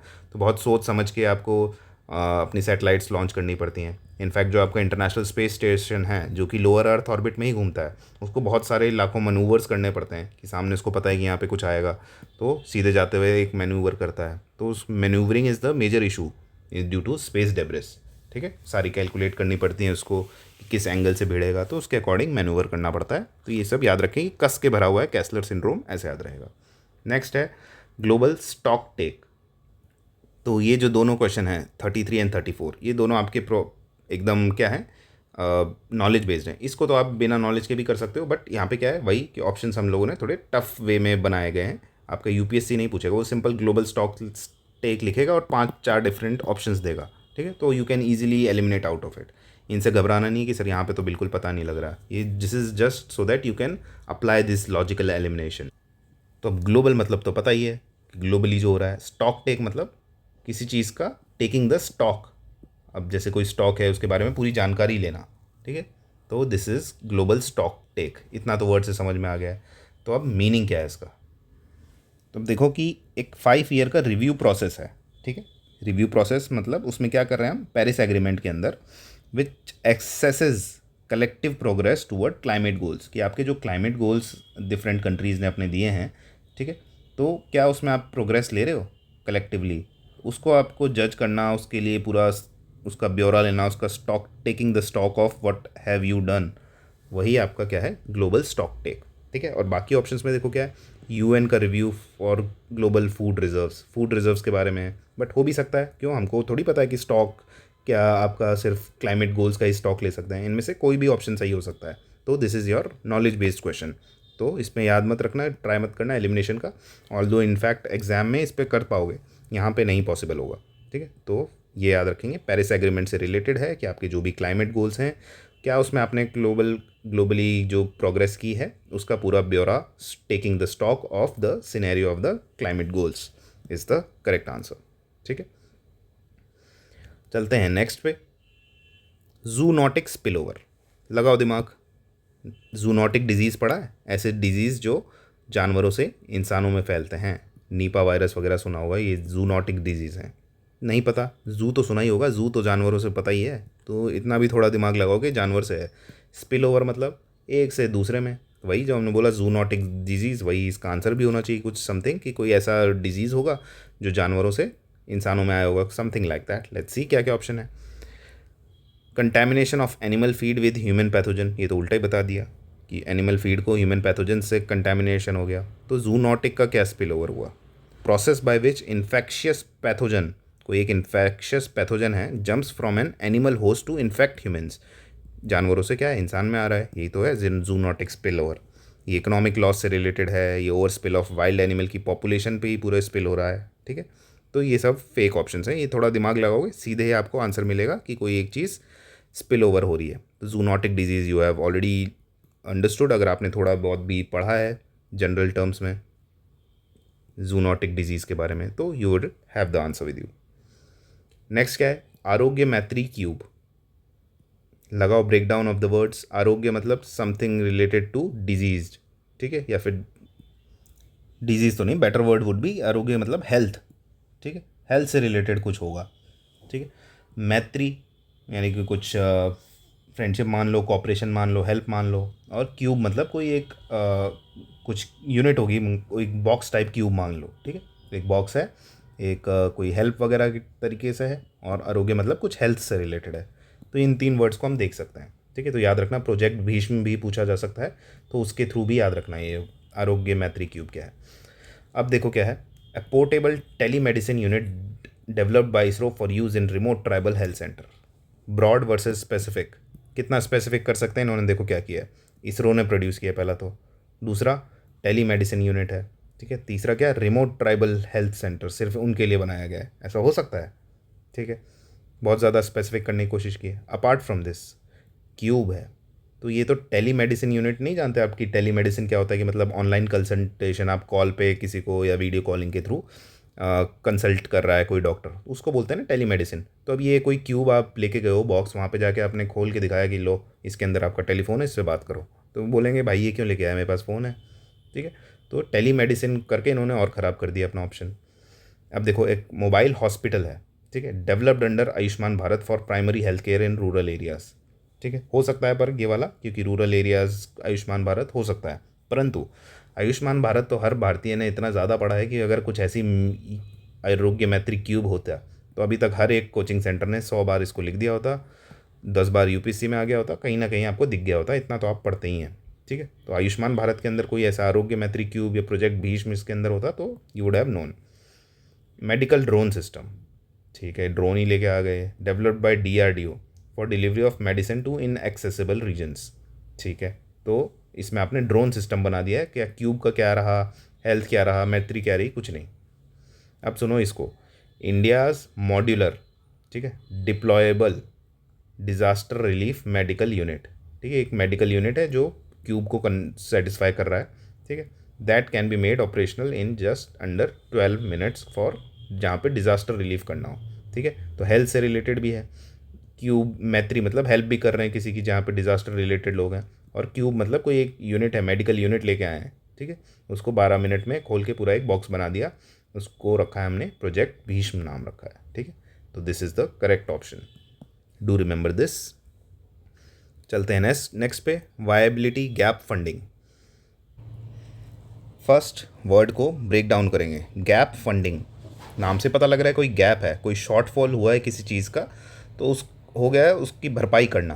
ठीक है, वही गैप को फंड कर रहे हैं। किस चीज़ का गैप हुआ है? अब इसमें वायबिलिटी मतलब, वायबिलिटी का मतलब होता है capability to survive.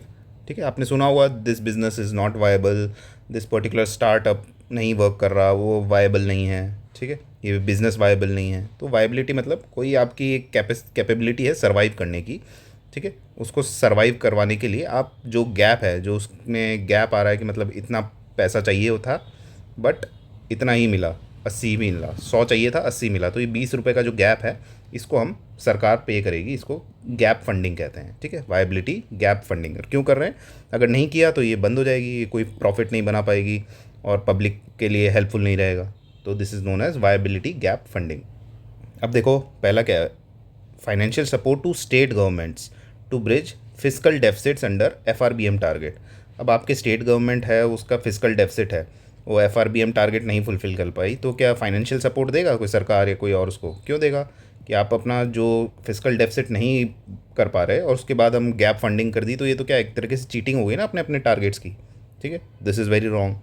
Seed funding provided to startups under startup India scheme to bridge early stage viability gaps. देखने में काफ़ी टेम्पटिंग लगेगा कि सब कुछ मिल रहा है, कि स्टार्टअप हो है उसके जो अर्ली स्टेज पे वायबिलिटी भी लिखा हुआ है और फंडिंग भी लिखा हुआ है, तो सब कुछ इसमें मिल रहा है। पर इसमें इन्होंने क्या किया, लिखा है सीड फंडिंग। इसी चीज़ की तो एक्सप्लेनेशन है। सीड फंडिंग क्या होता है कि स्टार्टिंग में जो स्टार्टअप्स हैं उनको पैसा दे देना ताकि अर्ली स्टेज में जो उनके गैप्स आ रहे हैं वो फुलफिल हो जाए, उसका टर्म को बोलते हैं सीड फंडिंग। ठीक है, ये खुद ही उस टर्म को एक्सप्लेन कर दिया है।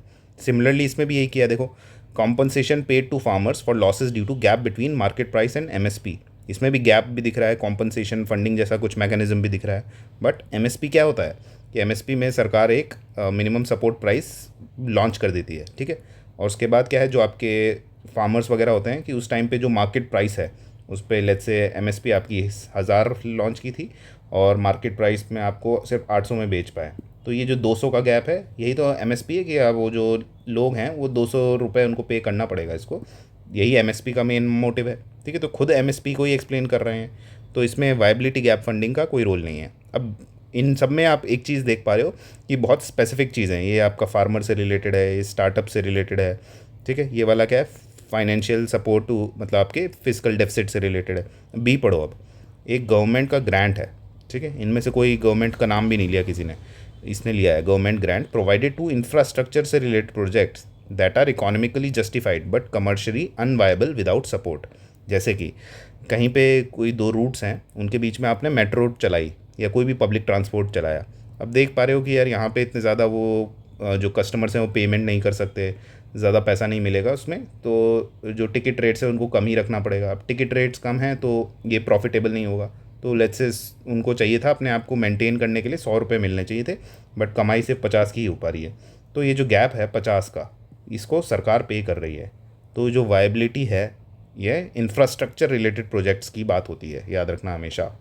ठीक है, यानी कि पब्लिक के बेनिफिट के लिए करना पड़ रहा है। ऐसा ऐसा नहीं कि आप कोई भी चीज़ कर रहे हो कि आपके फिजिकल डेफिसिट में कम हो गया तो उसको फंड कर दिया और हो गया बराबर, पेपर्स पे शो कर दिया, नहीं वो नहीं होता। और इन दोनों में तो क्या है, अपने आप को ही टर्म्स में मैं सीड फंडिंग और एमएसपी को एक्सप्लेन किया हुआ है। तो B is the correct option, इसको याद भी रखना। Viability gap funding is a important term. Similarly next question is SWIFT network क्या है। पहले तो स्विफ्ट की फुल फॉर्म याद रखो, society for world wide interbank financial telecom communications. ठीक है, यानी कि एक सोसाइटी है वर्ल्ड वाइड जो इंटरबैंक फाइनेंशियल टेली कम्युनिकेशन होता है। टी मतलब टेली कम्युनिकेशन, ऐसा नहीं कि कोई मतलब कोई मैसेजिंग ऐप है। ठीक है, नेटवर्क क्या है, नेटवर्क मतलब नेटवर्क वर्क किया जब भी यूज़ किया जाए यूपीएससी में, नेटवर्क हो गया, प्लेटफॉर्म हो गया, ठीक है, प्रोटोकॉल हो गया, इंटरफेस हो गया, ये जब ऐसे वर्ड्स आए ना, ये कम्युनिकेशन को फैसिलिटेट कर रहे हैं। ये खुद कम्युनिकेट नहीं कर रहे हैं, मतलब ऐसा नहीं कर रहे हैं कि लेट्स से स्विफ्ट के केस में ही देखेंगे कि क्या है, स्विफ्ट सिर्फ एक मैसेजिंग ऐप की तरह वर्क करता है। लेट्स से व्हाट्सएप की तरह ऐप कर रहा है कि आप एक बैंक को बोला कि भाई इसको ए को पे करना है बी को 100 रुपये, तो ये जो इन्फॉर्मेशन जाएगी ये किसके थ्रू जाएगी, स्विफ्ट नेटवर्क के थ्रू जाएगी। ठीक है, तो नेटवर्क का मतलब क्या बताया मैंने, they act as a communication interface, यानी कि they just facilitate the communication. ऐसा नहीं होगा स्विफ्ट के थ्रू ही आपका सारा पैसा मूव कर रहा है, बस ये एक व्हाट्सएप की तरह एक्ट करेगा। ठीक है, ये होता है आपका स्विफ्ट नेटवर्क। अब क्या है इसमें, Swift is a global messaging network. ठीक है, हमने देखा मैसेजिंग नेटवर्क है, that financial institution use for international transfer instructions किया है। ठीक है, सिर्फ इंस्ट्रक्शन दे रहा है कि ए बैंक बी को आप 100 रुपीज़ पे करें। स्विफ्ट इटसेल्फ होल्ड्स और ट्रांसफ़र फंड्स बिटवीन इंस्टीट्यूशंस, ये वाला ऑप्शन ही इसलिए फ्रेम किया गया है। अगर ऐसा कर रहा होता तो कभी ऑप्शन आता ही नहीं। तो देखो स्विफ्ट सिर्फ एक नेटवर्क है, ठीक है, फैसिलिटेट कर रहा है, कम्युनिकेट कर रहा है, ट्रांसफ़र आपका बैंक्स वगैरह ही करती हैं। तो it is just institution which helps to transfer, या जो फैसिलिटेट करता है कम्युनिकेशन, इटसेल्फ नहीं होल्ड करता कोई भी फंड्स। ठीक है, Russia was disconnected from Swift following it's invasion of Ukraine. ठीक है, अगर आपको 2 को आपने काट दिया तो 3 में ये पता होना चाहिए कि ये रशिया यूक्रेन वॉर हुआ था, उसमें कितने सारे कॉम्पनसेशन नहीं, कितने सारे उसके ऊपर सैंक्शंस लगाए थे रशिया के ऊपर, हम सब जानते हैं। तो उसमें एक सैंक्शन ये भी तो हो सकता है स्विफ्ट नेटवर्क से निकाल दे, तो it can be a possible option. तो 1 and 3 are correct, second is very wrong. ठीक है, तो अब जानने वाली चीज़ क्या है, स्विफ्ट नेटवर्क खुद कोई फंड होल्ड नहीं करता, बस एक व्हाट्सएप की तरह एक्ट करता है। अब से याद रखेंगे। ठीक है, फुल फॉर्म भी याद रखना, society for world wide interbank financial telecommunication. जो टी है टेलीकम्युनिकेशन की, कम्युनिकेट कर रहा है, टेलीकम्युनिकेशन का मतलब ये है। ठीक है, ऐसा नहीं है कि वो खुद जाके फंड लेके घूम रहा है इधर उधर। तो 1 and 3 आर करेक्ट। नेक्स्ट क्या है, नाइट्रोजन साइकिल का डिसरप्शन। अब पहले बात, क्या नाइट्रोजन साइकिल पता होना चाहिए, absolutely you have to know कि किस वे में आपका नाइट्रोजन घूमता है। बट यहाँ पे वर्ड क्या है, डिसरप्शन। ठीक है, डिसरप्शन कोई नेगेटिव टोनैलिटी है, ठीक है, नेगेटिव टोन में बात की गई।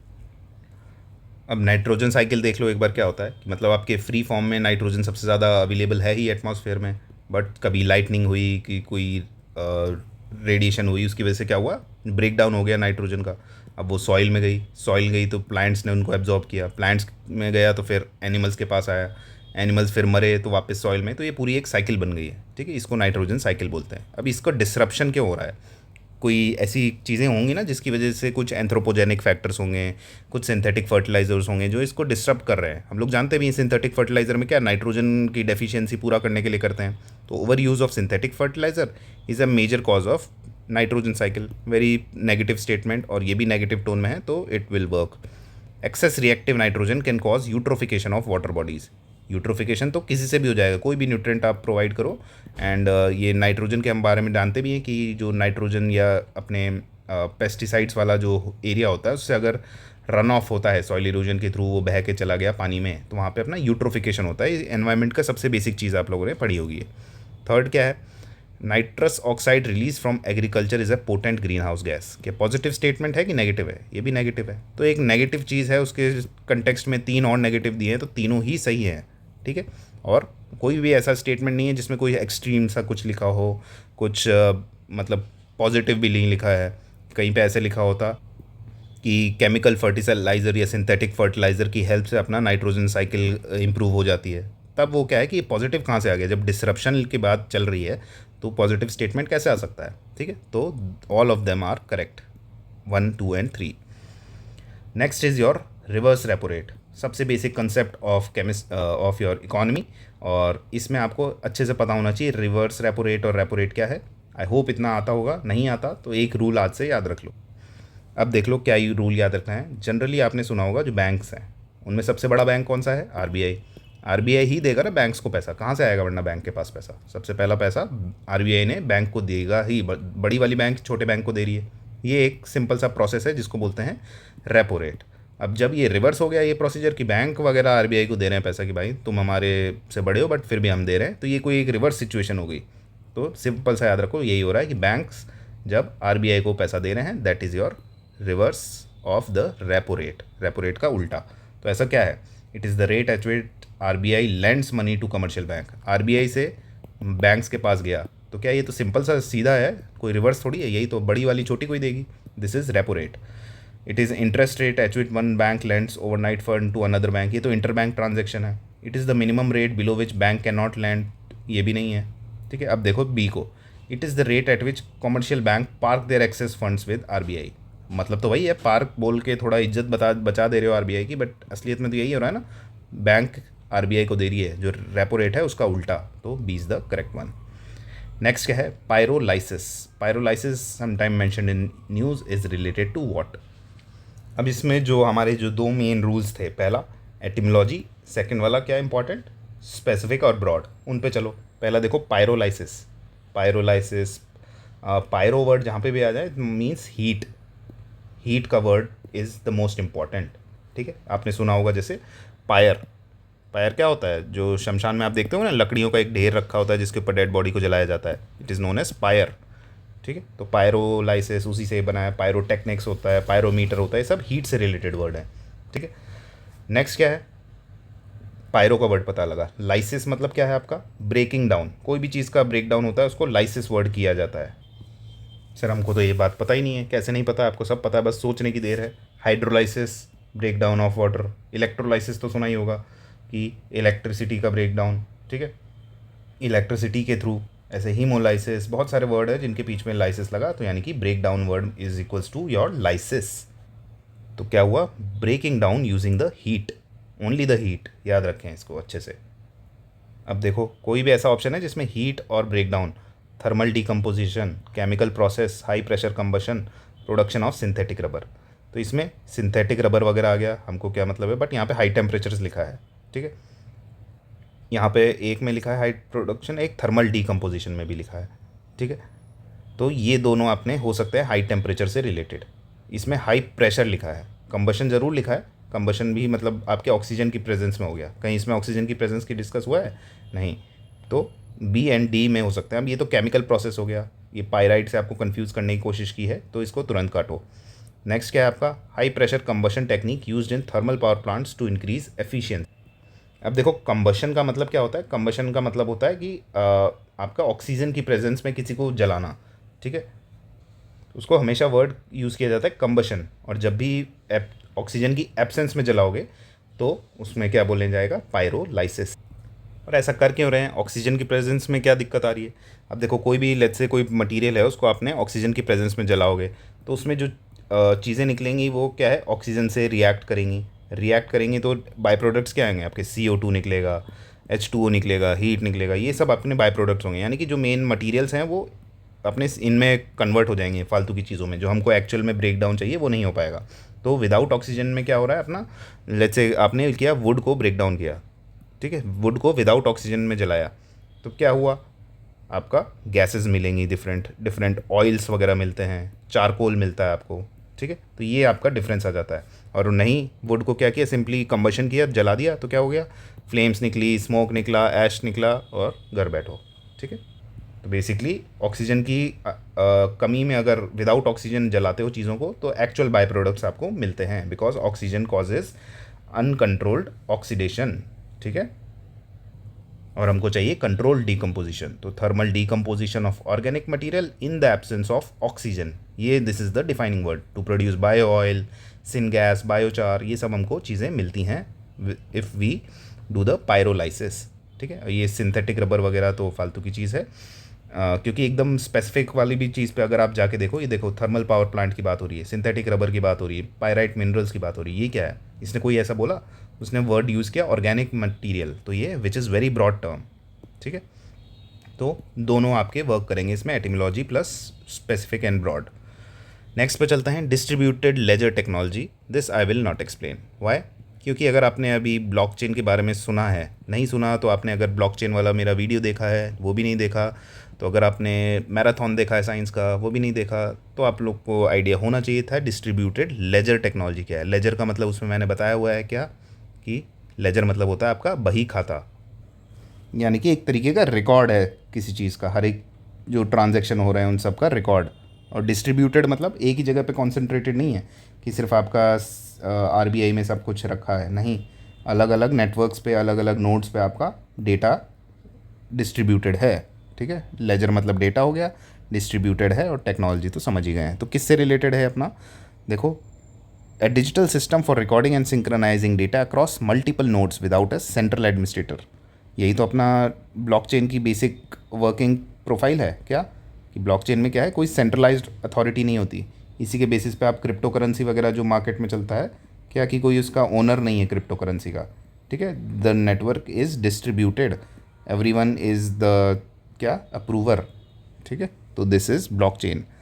बाकी सारी चीज़ें देखो क्या है, इन्होंने इलेक्ट्रिसिटी से रिलेट किया है, ब्रॉडकास्टिंग टेक्नोलॉजी से रिलेट किया है, ये क्लाउड बेस्ड सिस्टम से रिलेट किया है। इसने जनरल बताया कि एक ऐसा डिजिटल सिस्टम है वो जहाँ पे रिकॉर्ड हो रहा है आपका पूरा data across multiple nodes without central administration. तो कभी भी जो आपकी डेफिनेशन आएगी वो हमेशा ब्रॉड वे में बोली जाएगी, कोई एक स्पेसिफिक वे में नहीं। So b is the correct answer. एक बार नहीं पता है तो ब्लॉकचेन वाला वीडियो देख लो, अगर वो नहीं मिल रहा है तो ट्राई करो कि पूरी मैराथन एक बार साइंस की फिनिश कर लो, ठीक है। Next is your critical mineral missions. With reference to Indian critical mineral, which among the following are correct? Kabil was set up to acquire critical mineral asset overseas. कोई एक चीज़ थी जिसको setup किया गया ताकि हम एक्वायर कर पाएँ क्रिटिकल मिनरल के एसेट बाहर जाके, हो सकता है नहीं भी हो सकता, ठीक है। नेक्स्ट क्या है, lithium cobalt and rare earth elements are among minerals identified as critical. देखो सबसे पहले तो नाम से ही समझ आ जाना चाहिए क्रिटिकल मिनरल्स का मतलब क्या है। क्रिटिकल मिनरल्स ऐसे मिनरल जो क्रिटिकल हैं, क्रिटिकल मतलब विच आर वेरी इंपॉर्टेंट, ठीक है, इंपॉर्टेंस के टर्म्स में इसको मापा जाता है। Which are hard to replace, मतलब उनका कोई ऑल्टरनेटिव वगैरह नहीं है, उनको ऐसा नहीं कि इसकी जगह कोबाल्ट की जगह आपने कोई और यूज़ कर दिया, कि टिन यूज़ कर लिया तो चल जाएगा, नहीं। और उसका सप्लाई कैन बिकम रिस्की, ठीक है, मतलब कोई उसमें प्रॉब्लम्स होने के चांसेस हैं, इस वजह से इनकी क्रिटिकलिटी है। जैसे इसके एग्जांपल क्या है, लिथियम हो गया, कोबाल्ट हो गया, निकल हो गया, ग्रेफाइट हो गया, इनफैक्ट जो आपके रेयर अर्थ मेटल्स हैं, ठीक है, यहाँ पे लिखा है रेयर अर्थ एलिमेंट्स जो हैं, क्यों, क्योंकि रेयर हैं, वो ऑब्वियस सी बात है, उनको रेयर है तो मतलब उनको रिप्लेस नहीं किया जा सकता, उनकी सप्लाई रिस्की है, ठीक है, और इस वजह से उनकी इंपॉर्टेंस भी बढ़ जाती है। जैसे आपका ईवी के बैटरीज़ वगैरह में जो यूज़ किया जाता है, लिथियम हो गया, कि लिथियम आयन बैटरी सुनते हैं ना, तो उसमें जो लिथियम है इट इज़ क्रिटिकल मिनरल। तो ऐसी कोई भी चीज़ है, लिथियम, कोबाल्ट और rare earth elements, these are among classified among the critical minerals, ठीक है। सेकंड सही है, India signed agreements with Australia and Argentina for lithium procurement. अब अगर आप जानते हो कि एक अपना लिथियम ट्राइंगल है, कहाँ पे है लिथियम ट्राइंगल, ये आपका क्या है, साउथ अमेरिका है। साउथ अमेरिका में 3 कंट्रीज़ हैं, ए, बी और सी। ए इधर है, बी इधर है और सी इधर है। तो ए से क्या है, अर्जेंटीना, बी से बोलीविया, सी से चिली, ठीक है। चिली इधर है, अर्जेंटीना इधर है, बोलीविया इधर है। तो ए बी सी आपकी कंट्रीज़ है जहाँ पे लिथियम ट्राइंगल जिसको बोला जाता है, यहाँ पे एक लिथियम का काफ़ी अमाउंट मिलता है। कोबाल्ट कहाँ मिलता है आपका, यहाँ पे कमेंट करेंगे आप कि कोबाल्ट पूछा हुआ है यूपीएससी ने ऑलरेडी, ठीक है।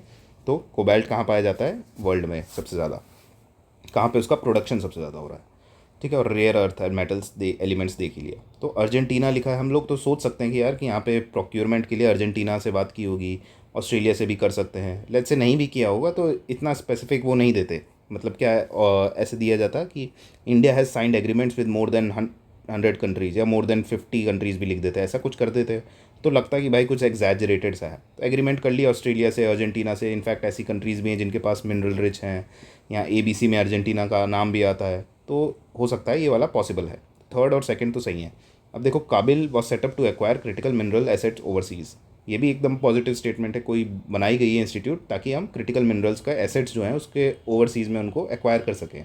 मतलब जो ओवरसीज़ में, मतलब ये विदेशों में जो माइंस हैं उनको एक्सप्लोर किया, उनको एक्वायर करो अब, ताकि अपना क्या है लॉन्ग टर्म जो सप्लाई है वो सिक्योर हो जाए, कि हमें ऐसा ना हो कि कभी इससे भीख मांगनी पड़े, कभी उससे। इससे बेटर है कहीं वहाँ जाके माइंड खरीद लो कि हम इसका एक्सप्लॉयटेशन करेंगे, इसमें आपको पैसा दे देंगे कुछ लीज पे। तो इस वजह से कोई सेटअप किया गया हुआ। और काबिल का फुल फॉर्म क्या है?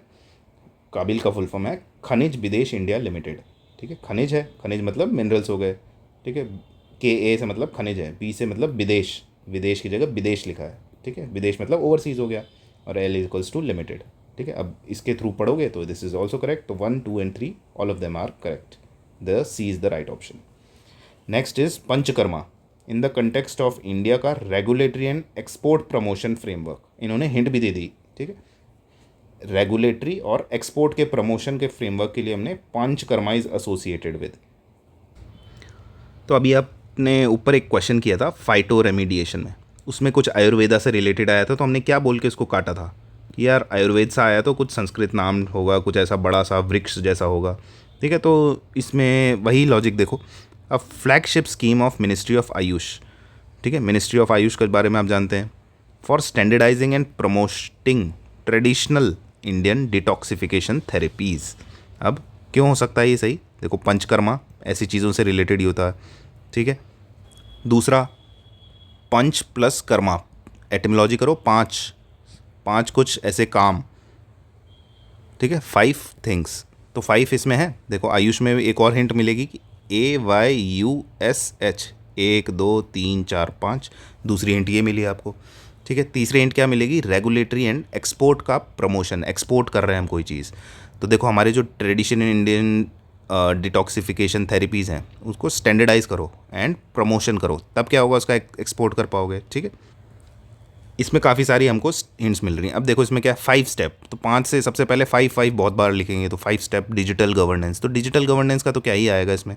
ठीक है, और डिजिटल गवर्नेंस है भी अगर, तो उसका एक्सपोर्ट से क्या रिलेटेड। ठीक है, सबसे पहले ये सोचो कि एक्सपोर्ट क्या करोगे, ई गवर्नमेंट को या कुछ ऐसा फ्रेमवर्क को।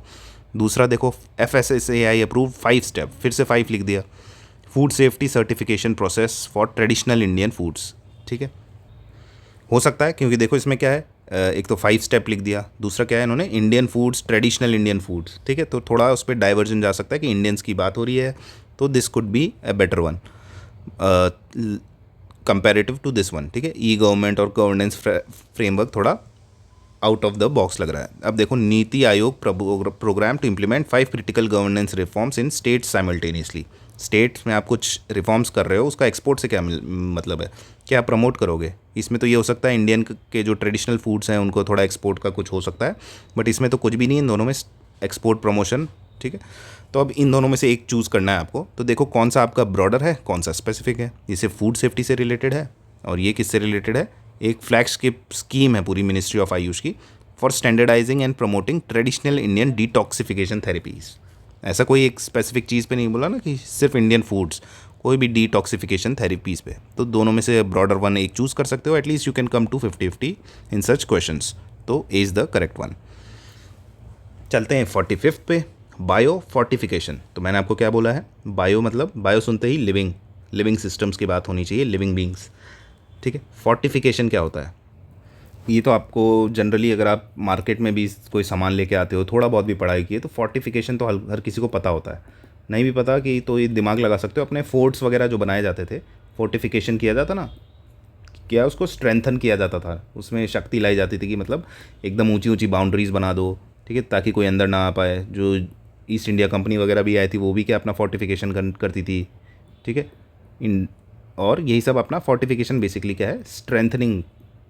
ठीक है, स्ट्रेंथनिंग, किसकी स्ट्रेंथनिंग? बायो मतलब लिविंग बीइंग की। तो देखो पहले तो ये नॉलेज पता होनी चाहिए, फोर्टिफाई करना क्या होता है, किसी चीज़ को स्ट्रेंथन करना। अब देखो सिर्फ फोर्टिफिकेशन और बायो फोर्टिफिकेशन में यही फ़र्क है। फोर्टिफिकेशन का मतलब क्या है, एडिंग वाइटामिन्स और मिनरल्स टू प्रोसेस्ड फूड। ठीक है, लिविंग चीज़ों के बारे में नहीं हो रही है बात। ठीक है, प्रोसेस्ड फूड की बात हो रही है। तो बायो कहाँ से आ गया इसमें, बायो तो हट जाएगा। Like bread milk during manufacturing, यानी कि जब आप मिल्क ब्रेड इनमें कर रहे हो, आप देखते हो ना, अगर आप सुबह सुबह मिल्क लेके आते होगे एक पैकेट के ऊपर, उसमें कुछ लिखा होता है, बायो फोर्टिफिकेशन नहीं लिखा होता है, उसमें फोर्टिफाइड लिखा होता है, एफ का साइन बना होता है, कुछ लिखा होता है। ठीक है, with added minerals and vitamin, ये सब लिखा होता है। ठीक है, तो this is known as fortification, यानी स्ट्रेंथ दे दी है इन्होंने, पर बायो वर्ड आ रहा है इस वजह से इसको काटेंगे।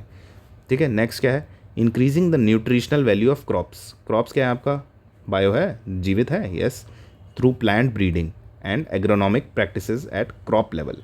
ठीक है, तो याद रखना इसमें लिविंग चीज़ की बात हो रही है, क्रॉप लेवल पे ही आपका क्या है, स्ट्रेंथ दे रहे हैं उसको, थ्रू ब्रीडिंग करवा रहे हैं, कुछ एग्रोनॉमिक प्रैक्टिसेस के थ्रू न्यूट्रिशनल वैल्यू भी ऐड हो रहे हैं। तो याद रखना इसमें आपको तीनों चीज़ें काम करेगी। पहले नॉलेज से आप फोर्टिफिकेशन करोगे, ठीक है, ट्रैप वगैरह देखोगे, इसमें कोई और ट्रैप तो नहीं है। तीसरा एटिमोलॉजी से ब्रेक डाउन करोगे कि बायो प्लस फर्टिलाइजर्स। ठीक है, अब देखो जैसे यहाँ पे क्या किया इन्होंने, बायो फोर्टिफिकेशन में बायो फर्टिलाइज़र वर्ड यूज़ कर दिया, और सॉइल का न्यूट्रिएंट्स वगैरह इंप्रूव करने का, और कोई डायरेक्ट नहीं है। ठीक है, मतलब आपने बायो फर्टिलाइजर्स के थ्रू सॉइल में न्यूट्रिएंट्स डाले, सॉइल के थ्रू आपने इंप्रूव करा क्रॉप का न्यूट्रिशन कंटेंट, तो बहुत इनडायरेक्ट सा आपका रिलेशन हो गया। नेक्स्ट क्या है, fortifying animal feed with synthetic nutrients to improve nutritional quality of dairy and meat products. तो इसमें देखो फोर्टिफाइंग, बायो, ये सब वर्ड यूज़ करते रहेंगे बार बार, हम लोग यूज़ कर रहे हैं, एग्जामिनर नहीं करेगा। यूपीएससी में 3-4 ऑप्शन देगा, ज़्यादा क्लोजली नहीं होंगे रिलेटेड कि आप कंफ्यूज हो। यहाँ पे जानबूझ के टफ किया है कि थोड़ा आपका प्रोसेस डेवलप हो सोचने वाला। फोर्टिफाइंग एनिमल फीड, तो इसमें क्या लंबा प्रोसेस क्या है, पहले एनिमल फीड में आप फोर्टिफिकेशन कर रहे हो उसको, वो भी सिंथेटिक न्यूट्रिएंट्स से। उसके बाद क्या हुआ, to improve nutritional quality of dairy milk, dairy and meat products, मतलब गाय को आपने जो चारा दिया उसको फोर्टिफाई किया, उससे क्या हुआ कि जो गाय है उसका जो दूध आया वो जो आएगा वो थोड़ा अच्छी क्वालिटी का आएगा। तो इतना लंबा बायो फोर्टिफिकेशन थोड़ी होता है। हमने क्या किया, जो क्रॉप लेवल पे ही किया कि क्रॉप को ही कुछ ऐसी न्यूट्रिशनल वैल्यू दे दी कि डायरेक्ट आपको जो फल फूल मिले वही आपके न्यूट्रिशियस हो। ऐसे नहीं कि एक को पहले उसको चारे को किया, फिर चारे से भैंस अच्छी हुई, भैंस से उसकी दूध अच्छा हुआ, तो ये तो बहुत इनडायरेक्ट प्रोसेस है। ठीक है, अपार्ट फ्रॉम दिस ये बायो फर्टिलाइजर्स वगैरह देख के अट्रैक्ट मत हो जाना कि बायो मतलब बायो फर्टिलाइजर, वेरी गुड। ठीक है, ये आपको कंफ्यूज करने के लिए दिए जाते हैं। तो हमेशा यूज़ द एटिमोलॉजी फर्स्ट, और उसी के अकॉर्डिंग जो सिंपलेस्ट आंसर लिखे सबसे ब्रॉड लेवल पे वो आपको सेलेक्ट करना है। नेक्स्ट क्या है, पार्टिसिपेटरी नोट्स। पार्टिसिपेटरी नोट्स का मतलब क्या होता है, पहले तो ये समझो। लेट्स से आप लोगों ने इकोनॉमिक्स नहीं पढ़ी, बहुत डर लग रहा था इकोनॉमिक्स से, तो अब कैसे करोगे, ब्रेक डाउन करो वर्ड को। पार्टिसिपेटरी यानी कि किसका कोई पार्टिसिपेंट रहा है, कोई इन्वॉल्वमेंट रहा है किसी का। और नोट्स मतलब क्या है, कोई भी फाइनेंशियल सर्टिफिकेट है, कोई भी डॉक्यूमेंट है, उसको क्या बोल दिया, पार्टिसिपेटरी नोट्स। ठीक है, इतना समझ गए हम कि कुछ ना कुछ इन्वेस्टमेंट का पार्टिसिपेशन हो रहा है, कि उससे रिलेटेड कुछ है। और थोड़ी बहुत भी इकोनॉमिक्स पढ़ी होगी तो इसका नाम तो कहीं ना कहीं तो सुना ही होगा, भले ही एग्जैक्टली आपको याद नहीं कि क्या है। ठीक है, इसके थ्रू भी आपको याद रहेगा कि कुछ फाइनेंशियल इंस्ट्रूमेंट तो है ही, अब इसमें एग्जैक्टली क्या होता है वो भले ही याद ना हो, फिर भी एक बार देख लो क्या होता है। ये कोई फॉरेन इन्वेस्टर है, इनका मन हुआ क्या कि मैं इंडियन मार्केट्स में इन्वेस्ट करूं, पर मुझे ये सेबी का झंझट नहीं चाहिए कि क्या उसमें फुल से बैठ के कैसे रजिस्टर करना है कि सेबी में, वो सब मुझे नहीं चाहिए भगदड़। तो मैंने क्या किया, मैं एक एफपीआई के पास गया, फॉरेन पोर्टफोलियो इन्वेस्टर के पास। उसने क्या किया, उसको मैंने अपना पैसा दे दिया सारा कि 100 रुपये मेरे इंडियन मार्केट में इन्वेस्ट कर दो। ठीक है, $100। वो एफपीआई के पास तो ताकत है कि वो इंडियन मार्केट में इन्वेस्ट कर सकता है। तो एफपीआई के पास जो पैसा आया उसने इन्वेस्ट किया, और एक तरीके से इनडायरेक्टली जो फॉरेन में जो अपना इन्वेस्टर है, ठीक है, वो इंडियन मार्केट्स में पार्टिसिपेट कर पाया। तो this is what participatory note is all about. ठीक है, अब देखो फर्स्ट ऑप्शन क्या है, government issued notes inviting citizens to participate in public consultation on financial policy. हमको तो भैया कभी किसी गवर्नमेंट ने ऐसे नहीं इनवाइट किया कि आइए आप लोग पब्लिक कंसल्टेशन करें ऑन फाइनेंशियल पॉलिसीज़। ठीक है, तो उसके लिए पार्टिसिपेटरी नोट्स बहुत वेग सी टर्म बन जाएगी। उसका नाम कुछ और रखना होता तो क्या, सिटीजन पार्टिसिपेशन, पब्लिक कंसल्टेशन ऐसा रखते हैं, पार्टिसिपेटरी नोट्स क्यों रखेंगे। RBI issued instruments allowing Indian companies to raise capital from foreign investors through participatory mechanisms. इसका जस्ट ऑपोजिट जो हम लोगों ने अभी यहाँ ज्ञान इकट्ठा किया, उसका जस्ट ऑपोजिट कि इंडियन वाला जा रहा है फॉरेन में। Bond issued by local bodies with participation of central and state government as guarantor. इसको कुछ ऐसा local body bonds, municipal bonds को आप सुनते होंगे, वैसा नाम नहीं होगा। तो ये पार्टिसिपेटरी नोट्स का एग्जैक्ट क्या है, ऐसे financial instrument issued by registered FPIs, देखा, to overseas investor to invest in Indian securities without directly registering with SEBI. ठीक है, तो ये आपका more of knowledge based question है। ठीक है, नेक्स्ट पे चलते हैं। Urban heat island effect, very simple question. With reference to urban heat island effect which statements are correct. मतलब नाम से पता लग रहा है ना, अर्बन एरिया है, उसमें कुछ हीट से रिलेटेड एक हीट जनरेट हो रही है, अर्बन एरियाज़ में ज़्यादा हो रही है, तो कुछ नेगेटिव टोनैलिटी आ रही है इसमें। Urban areas experience higher temperature than surrounding rural areas due to concrete, reduced vegetation and human activity. इसमें कोई आपको ज़रूरत है कोई नॉलेज की? ये तो इतना तो कोई भी डिड्यूस कर सकता है ना, कि इन्फर कर सकता है कि जो ये अर्बन एरियाज़ हैं उसमें कॉन्क्रीटाइजेशन हो रहा है, वेजिटेशन को काट दिया गया है, डिफॉरेस्टेशन हो रहा है, ह्यूमन एक्टिविटीज़ हो रहे हैं, वेहिकुलर एमिशंस हैं, इंडस्ट्रीज़ हैं, इस वजह से आपके हायर टेम्परेचर मिलते हैं कहाँ पे? अर्बन एरियाज़ में compare to rural areas. It is primary cause by depletion of ozone layer over cities. तो ऐसा है कि मतलब कि आपकी सिटीज़ हैं, यहाँ से आपके क्लोरोफ्लोरोकार्बन्स निकले, तो यहाँ पे जो ओजोन लेयर थी सिर्फ यहीं गड्ढा कर दिया, ऐसा होगा? तो ये रूरल में नहीं हो रहा है। ऐसा थोड़ी होता कि सीधे गया आपका क्लोरोफ्लोरोकार्बन ऊपर जाके छेद करके निकल गया, ठीक है? तो जाएगा कहीं पे, घूमेगा, कहीं पे भी छेद कर सकता है। तो ऐसे कोई एक स्पेसिफिक जगह नहीं है कि सिर्फ सिटीज़ के ऊपर ही करेगा। तो पहली चीज़ तो ये गलत। नेक्स्ट क्या है? Green roof urban forest cool pavement can mitigate the effect. इसका सोल्यूशन बताएं कि ग्रीन रूफ रखो, अपनी छत पे पौधे वगैरह उगाओ, अर्बन फॉरेस्ट्री करो, कूल पेवमेंट्स बनाओ, तो इनकी वजह से आपका अर्बन हीट आइलैंड इफेक्ट थोड़ा मिनिमाइज हो जाएगा। तो सेकंड को काटो, सेकंड गया, third, first and third are correct. Very simple question. Next, final statement. In context of financial markets, the term final settlement is most appropriately refers। अब इसमें क्या लगाओ? वही ब्रॉड और स्पेसिफिक वाला। आप लोगों ने देखा होगा एटिमोलॉजी और broad and specific will work in every question, ठीक है? थोड़ा बहुत भी आपको जिस भी क्वेश्चन का आइडिया नहीं है उसमें ये दोनों चीज़ लगाओ, not just for terms in news, for any question, ठीक है? You have to apply this. अगर नहीं आ रहा है उसका आंसर, तो ऐसा नहीं कि कोई भी नहीं आ रहा, सब छोड़ के आ गए, मैं 50 से अटैम्प्ट करके आया सर, मेरी एक्यूरेसी तो 80% है, और वहाँ पे जाके देखा तो फिर मार्क्स भी 50 ही आए, तो ये सब नहीं चलेगा। You have to attempt more to gain more. Okay, तो अब देखो क्या है फाइनेंशियल स्टेटमेंट। फाइनल स्टेटमेंट है आपका, फाइनेंशियल मार्केट से रिलेटेड है।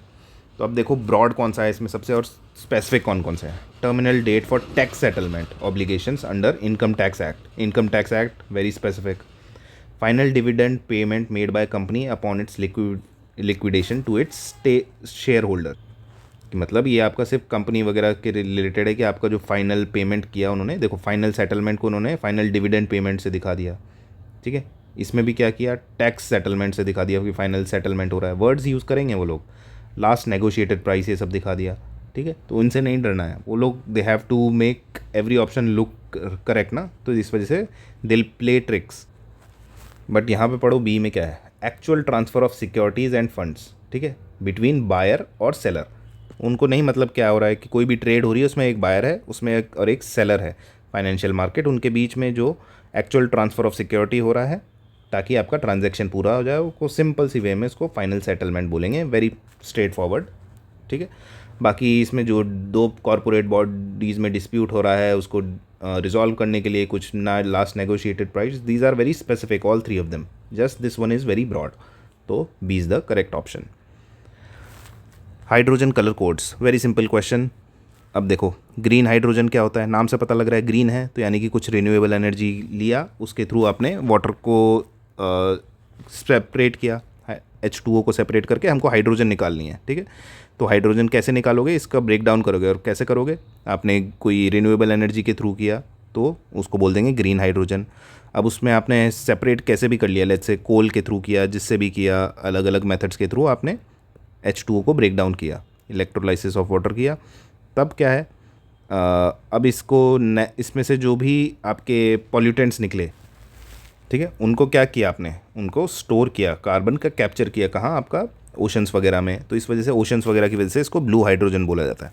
तो याद रखना, ब्लू हाइड्रोजन सोच के ये नहीं कर देना कि आपका कोई टाइडल एनर्जी के थ्रू या हाइड्रो एनर्जी के थ्रू किया गया, ये सब नहीं है। नॉर्मल स्प्लिटिंग किया गया है, हाइड्रोजन निकाला है, बट जो भी पॉल्यूशन हुआ है हमने किस भी वे में किया हो, उसके जो पॉल्यूटेंट्स हैं, जो कार्बन एमिशंस हुए हैं, उनको कैप्चर करना इज़ द मेन बात ऑफ ब्लू हाइड्रोजन। और कहाँ कैप्चर किया? पानी के नीचे। पिंक हाइड्रोजन इन्होंने लिखा है कोल गैसिफिकेशन। अब कोल गैसिफिकेशन करोगे तो पिंक हाइड्रोजन निकलेगी, ठीक है? उसका नाम कभी पिंक हाइड्रोजन रखेंगे? ग्रे हाइड्रोजन, ब्लैक हाइड्रोजन, ऐसा कुछ हो सकता है, ठीक है? अब ग्रे हाइड्रोजन क्या है? From fossil fuels without carbon capture. इसमें भी फॉसिल फ्यूल से ही कर रहे थे, बट इसमें कार्बन कैप्चर कर दिया तो ब्लू हो गया वो, ठीक है? क्योंकि समुद्र के नीचे ही कैप्चर किया है, इसमें कहीं कैप्चर वैप्चर नहीं किया, तो इस वजह से इसका क्या नाम हो गया? ग्रे हाइड्रोजन हो गया, ठीक है? तो याद रखना 1, 2 and 4 are correct. Pink hydrogen basically आपका न्यूक्लियर एनर्जी के थ्रू आप कर रहे हो H2O को स्प्लिट। देखिए इन सब में कर एक ही काम रहे कि H2 को स्प्लिट करके हमें हाइड्रोजन चाहिए, बट कभी अगर आपने रिन्यूएबल से किया, कभी फॉसिल फ्यूल से किया, कभी कोल से किया, कभी न्यूक्लियर एनर्जी से किया, तो उनके बेसिस पे उसके कलर डिफाइंड हैं। तो याद रखना पिंक ही ऐसा होगा जो आपको नहीं पता लगेगा, बाकी तो आप लिंक कर भी ले जाओगे कि ग्रीन है तो रिन्यूएबल एनर्जी है, ब्लू है तो उसमें कहीं लिख देगा पानी के नीचे स्टोर करना, ग्रे है तो फॉसिल फ्यूल से रिलेट कर पाओगे, और पिंक में कोई नहीं कर पाएगा कि अगर क्या आपका न्यूक्लियर एनर्जी से किया गया है। ठीक है, तो 1, 2 and 4 are correct. Last question of the day, it is epistemic injustice.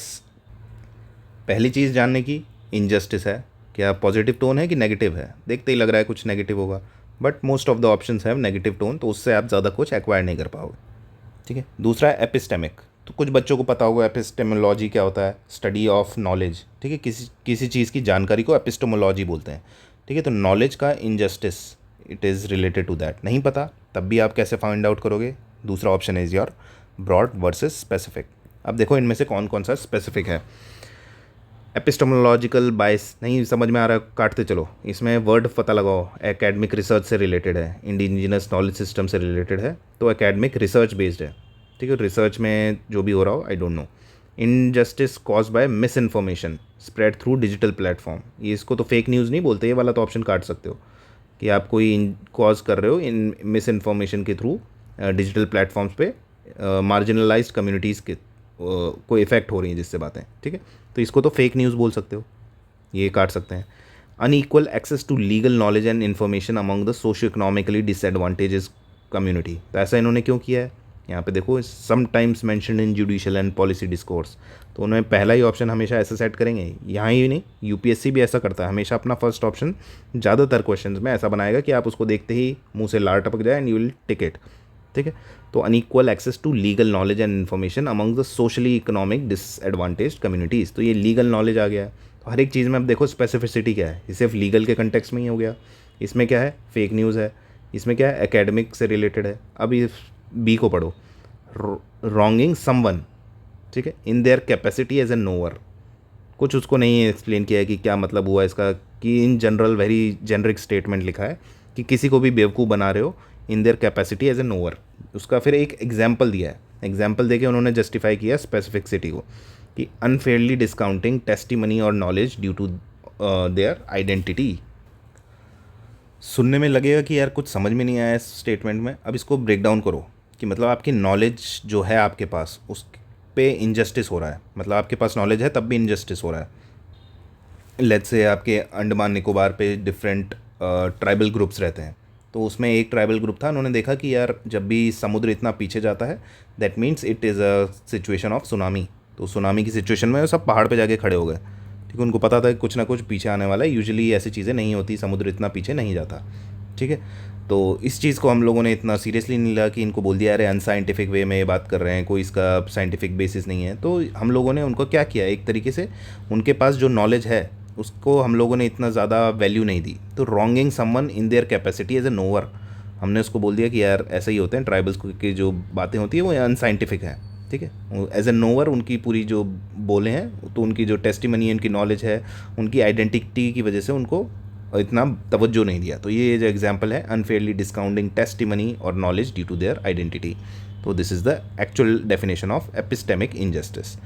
अब सवाल आता है कि जो लास्ट पॉइंट है, epistemological bias in academic research that excludes indigenous knowledge systems.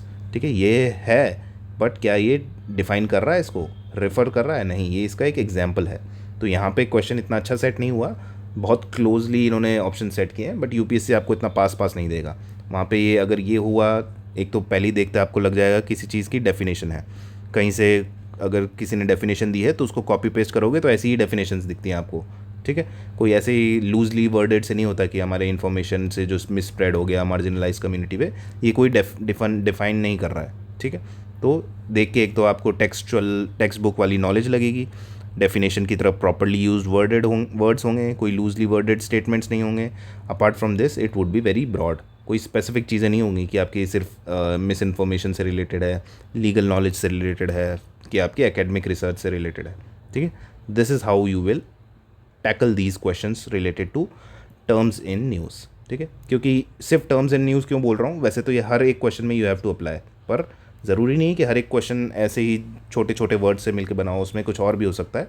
But in cases में ये आपका एटिमोलॉजी और ब्रॉड, स्पेसिफिक और टोनैलिटी, ये तीन इसलिए वर्क करेंगे बिकॉज आपको उस क्वेश्चन के बारे में कुछ हिंट भी नहीं दी जाएगी, ठीक है। हिंट उसी में ही छुपी होगी that you have to identify. तो वर्क अपॉन सच क्वेश्चंस। आपने जो पुराने देखे थे, अगर जैसे मैंने लास्ट क्लास में ग्रीन वॉशिंग वाला बताया, तो ऐसे और भी क्वेश्चंस आपको यूपीएससी में दिखेंगे। Try to solve the PYQs, उनके थ्रू you will get to know the answers. Okay, so that marks the end of our terms in new series. See you in the next one. Good luck, goodbye, take care.